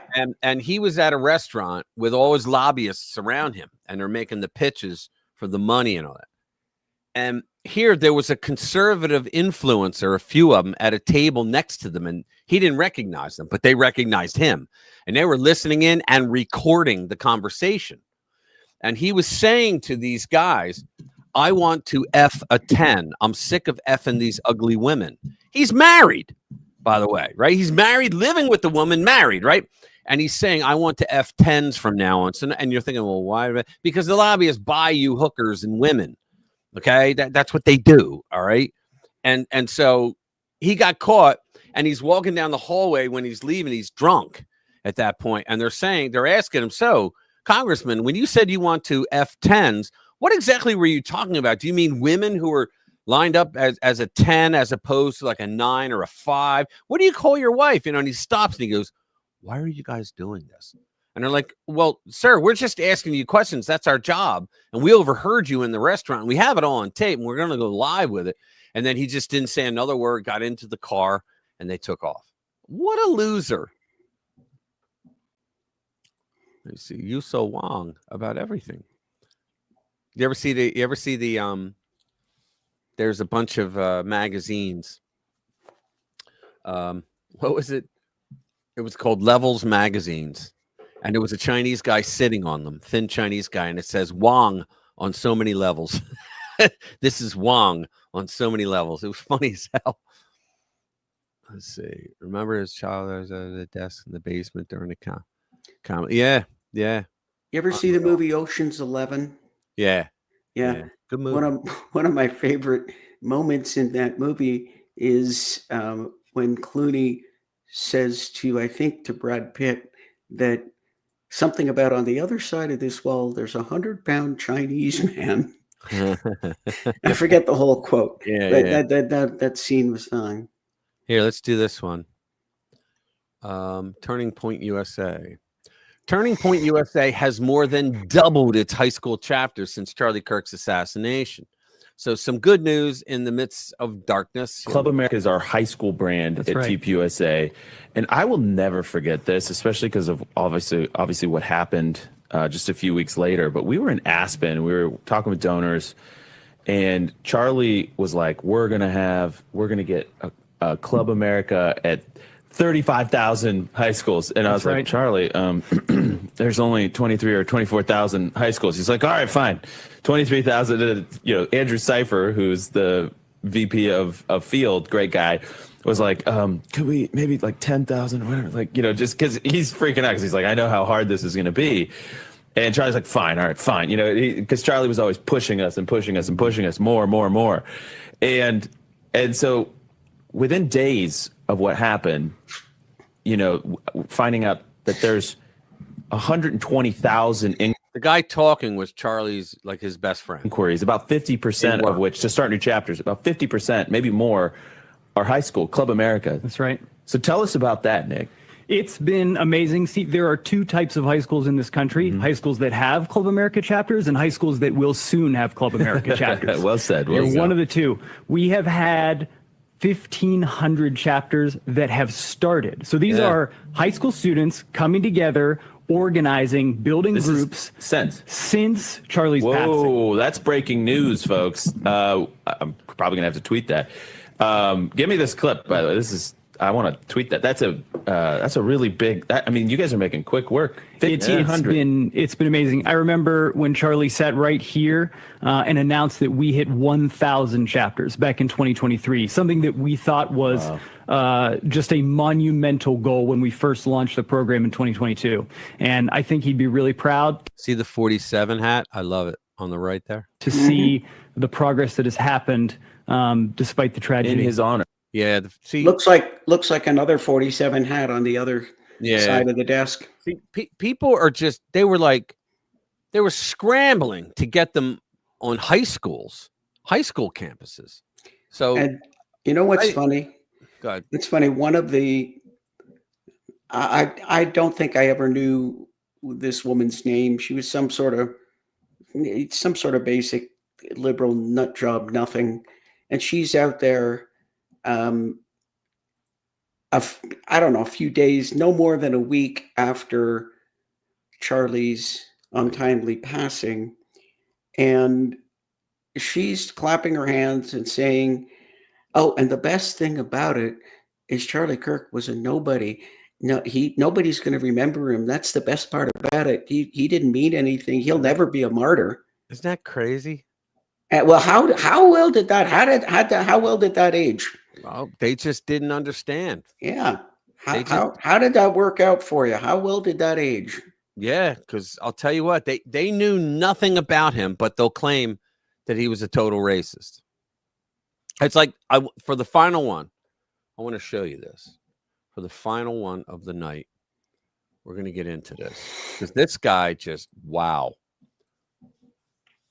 Here we go. Charlie Kirk was a hate monger, the comic book worldview of Ta-Nehisi Coates. This guy's supposedly big in progressive circles. Where the hell is it? Continue without supporting. Yeah, I don't want to support that because I did before. Where the hell is it now? Oh, that isn't that wonderful. Let me pull it up again. Good Lord. Okay. It's like it went away somewhere. Are they real? Hang on. Let me get this right. Oh, geez. They're saying I don't want to join. And so now they're not letting me in. Are you Oh, kidding but me? if you click on continue without supporting, do I it did. again. Do it I again. did. Hold on. I think I'm in there now. No, I'm not. Shit. All right. Already. I did continue without supporting, and it goes away. When I did that, it went through. Really? Oh, Leftist immigration. It went through to Blaze Media, though, not Yeah, to... I'm telling you, they took it away. Son of a bitch. Because I watched it earlier. You know, because wow. I was a subscriber when he said he was having a fast during 2016. He was having a fast for Ted Cruz over Trump. I couldn't wait to get to the cancel button fast enough. I like him again because he's changed his mind. But you know what? It went away. Wow. It went away. The story went away. How about that? Yeah, you can get to Blaze. Incredible. You can get to Blaze, but not to that story. Yeah, it can't. I watched the whole thing. Unlock, help build our future. No, I will not. Oh well. Sorry, guys. Wow, that sucks. It was well. It was interesting. You know what? Maybe we shouldn't have played it because it would have ended it on a low note. Because this guy was a real ignoramus, calling Charlie Kirk a racist, a race hustler, a no good person and all. And he does it like, you know, when they educate it, you know, who was it that said when you educate a man in mind and not in morals, you educate a menace to society? I think it was Teddy Roosevelt, I think, who said that. And he's right, because you now have these people on the left who sound very educated and have mellifluent tones as they speak, right? And yet they're talking horse shit. You know, but when they speak that way, people go, wow, you know, he sounds pretty impressive. I better listen to him. You know, like Obama knew how to orate, and yet insert joke here, but and yet everything he said was horseshit. Yeah. I think I have actually read this on here before, but this would be a good time to read it again. What's that? I quote, "If you tell a lie big enough and keep repeating it, people will eventually come to believe it. The lie can be maintained only for such time as the state can shield the people from the political, economic, and or military consequences of the lie. It thus becomes vitally important for the state to use all of its powers to repress dissent, for the truth is the mortal enemy of the lie, and thus by extension the truth is the greatest enemy of the state." Right. I got the video, by the way. And do you know who said that? No, who said that? Joseph Goebbels. Oh, wow. Yeah, he also wrote in his diary, he kept a diary. He wrote in his diary that the Nazis got their best propaganda ideas from the Woodrow Wilson administration. Lou, thank you, sir. God bless you. You too can be like Lou. Yeah, and then, thanks, guys. Thanks, and man. then one of my other favorite quotes, I got to tell you this. What's that? Mr. Madison, what you have just said is one of the most insanely idiotic things I have ever heard. At no point in your rambling, incoherent response were you even close to anything that could be considered a rational thought. Everyone in this room is now dumber for having listened to it. I award you no points, and may God have mercy on your soul. Yeah, that's great. Let me. I remember that. Was that Animal House? I think it was Animal House. No, Billy Madison. Is that what it was? All right. Here you go. This is it. Listen to this. You know, I really need to say this over and over again. I have a politic that rejects violence, that rejects political violence. I take no joy in the killing of anyone, no matter what they said. But if you ask me what the truth of his life was, you know, and the truth of his public life, I would have to tell you it's hate. I would tell you I'd have to tell you it is the usage of hate and the harnessing of hate towards political ends. Coates has made a name for himself, writing about racism and white supremacy for more than a decade. In his article published by Vanity Fair 2 weeks ago, Coates picked apart comments made by Kirk, saying that the Turning Point USA founder's legacy is being sanitized. Oh, well, on damn it, on the Blaze, there was like a 5-minute interview of him, and he just went off the deep end. But that little bit that you heard, what does it mean? It means he knows not the first thing about Charlie Kirk. Not the first thing. You know what it means, really? You notice that the lady said something about this book. It's all about the almighty buck. And he talked about the book. Yeah, he talked about it in the interview. You know, when I wrote the book back in whatever. Yeah, it's all about the almighty buck. It's what people who will sell their soul. Yep, Stalin, right. It's what I've been saying. Charlie Kirk was not assassinated for the things he said. He was assassinated for the things they said he said. That's an important distinction. Oh, well, President Trump's with all his rhetoric. Okay, so you calling him Hitler and his followers Nazis for 10 years. And that you doesn't, say, and that you doesn't right count. now in the wake of his death, okay, you call him a hate monger. That he lived his life, his public life, in hate. Are you kidding me? And I challenged them on the it was a different video. I could probably actually find it though, because it was a YouTube video, and I commented on it. And the comment I basically gave was, you know, every single gotcha Charlie Kirk line that you put out there, I can guarantee you there was exculpatory evidence that was removed. And I even gave like an example. I said, for example, Trump never said that the neo-Nazis and the white nationalists were very fine people. And in fact, the part that CNN originally edited out was where he condemned both hate groups and went on to define exactly who the very fine people were. Yeah, he said very fine people on both sides. God bless you, Don. Thank you. Thank you very much. I really appreciate that. He actually said very fine people on both sides.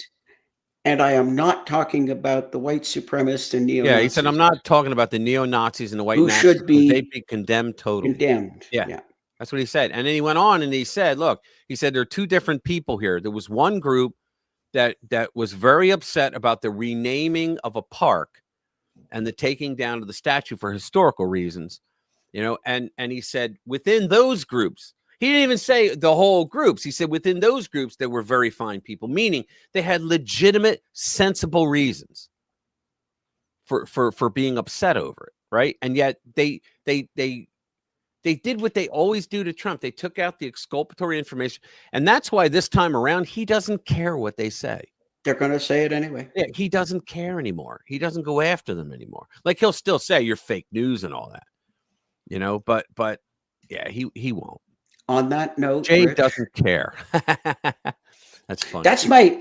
No, I've got a great attitude. You know what my attitude is? What's that? I don't care. There you go. We don't care. I've got a great attitude. I don't care. He don't care. I don't care. Remember that? Yeah. That was all right. All right, guys. Thank you very much. Hit that like button before you take off. I appreciate it. I appreciate you guys always being here. We love you, and you know it. Next week, bring some friends. Come on. You guys have friends. I know you've got to have friends. You're all pretty awesome people. I know you've got very much, everybody.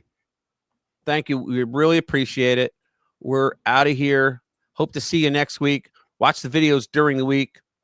Thank you, Lou and Dawn. Really appreciate your support. Cheerio. All right. See you guys. Have a good one. We're ending it now.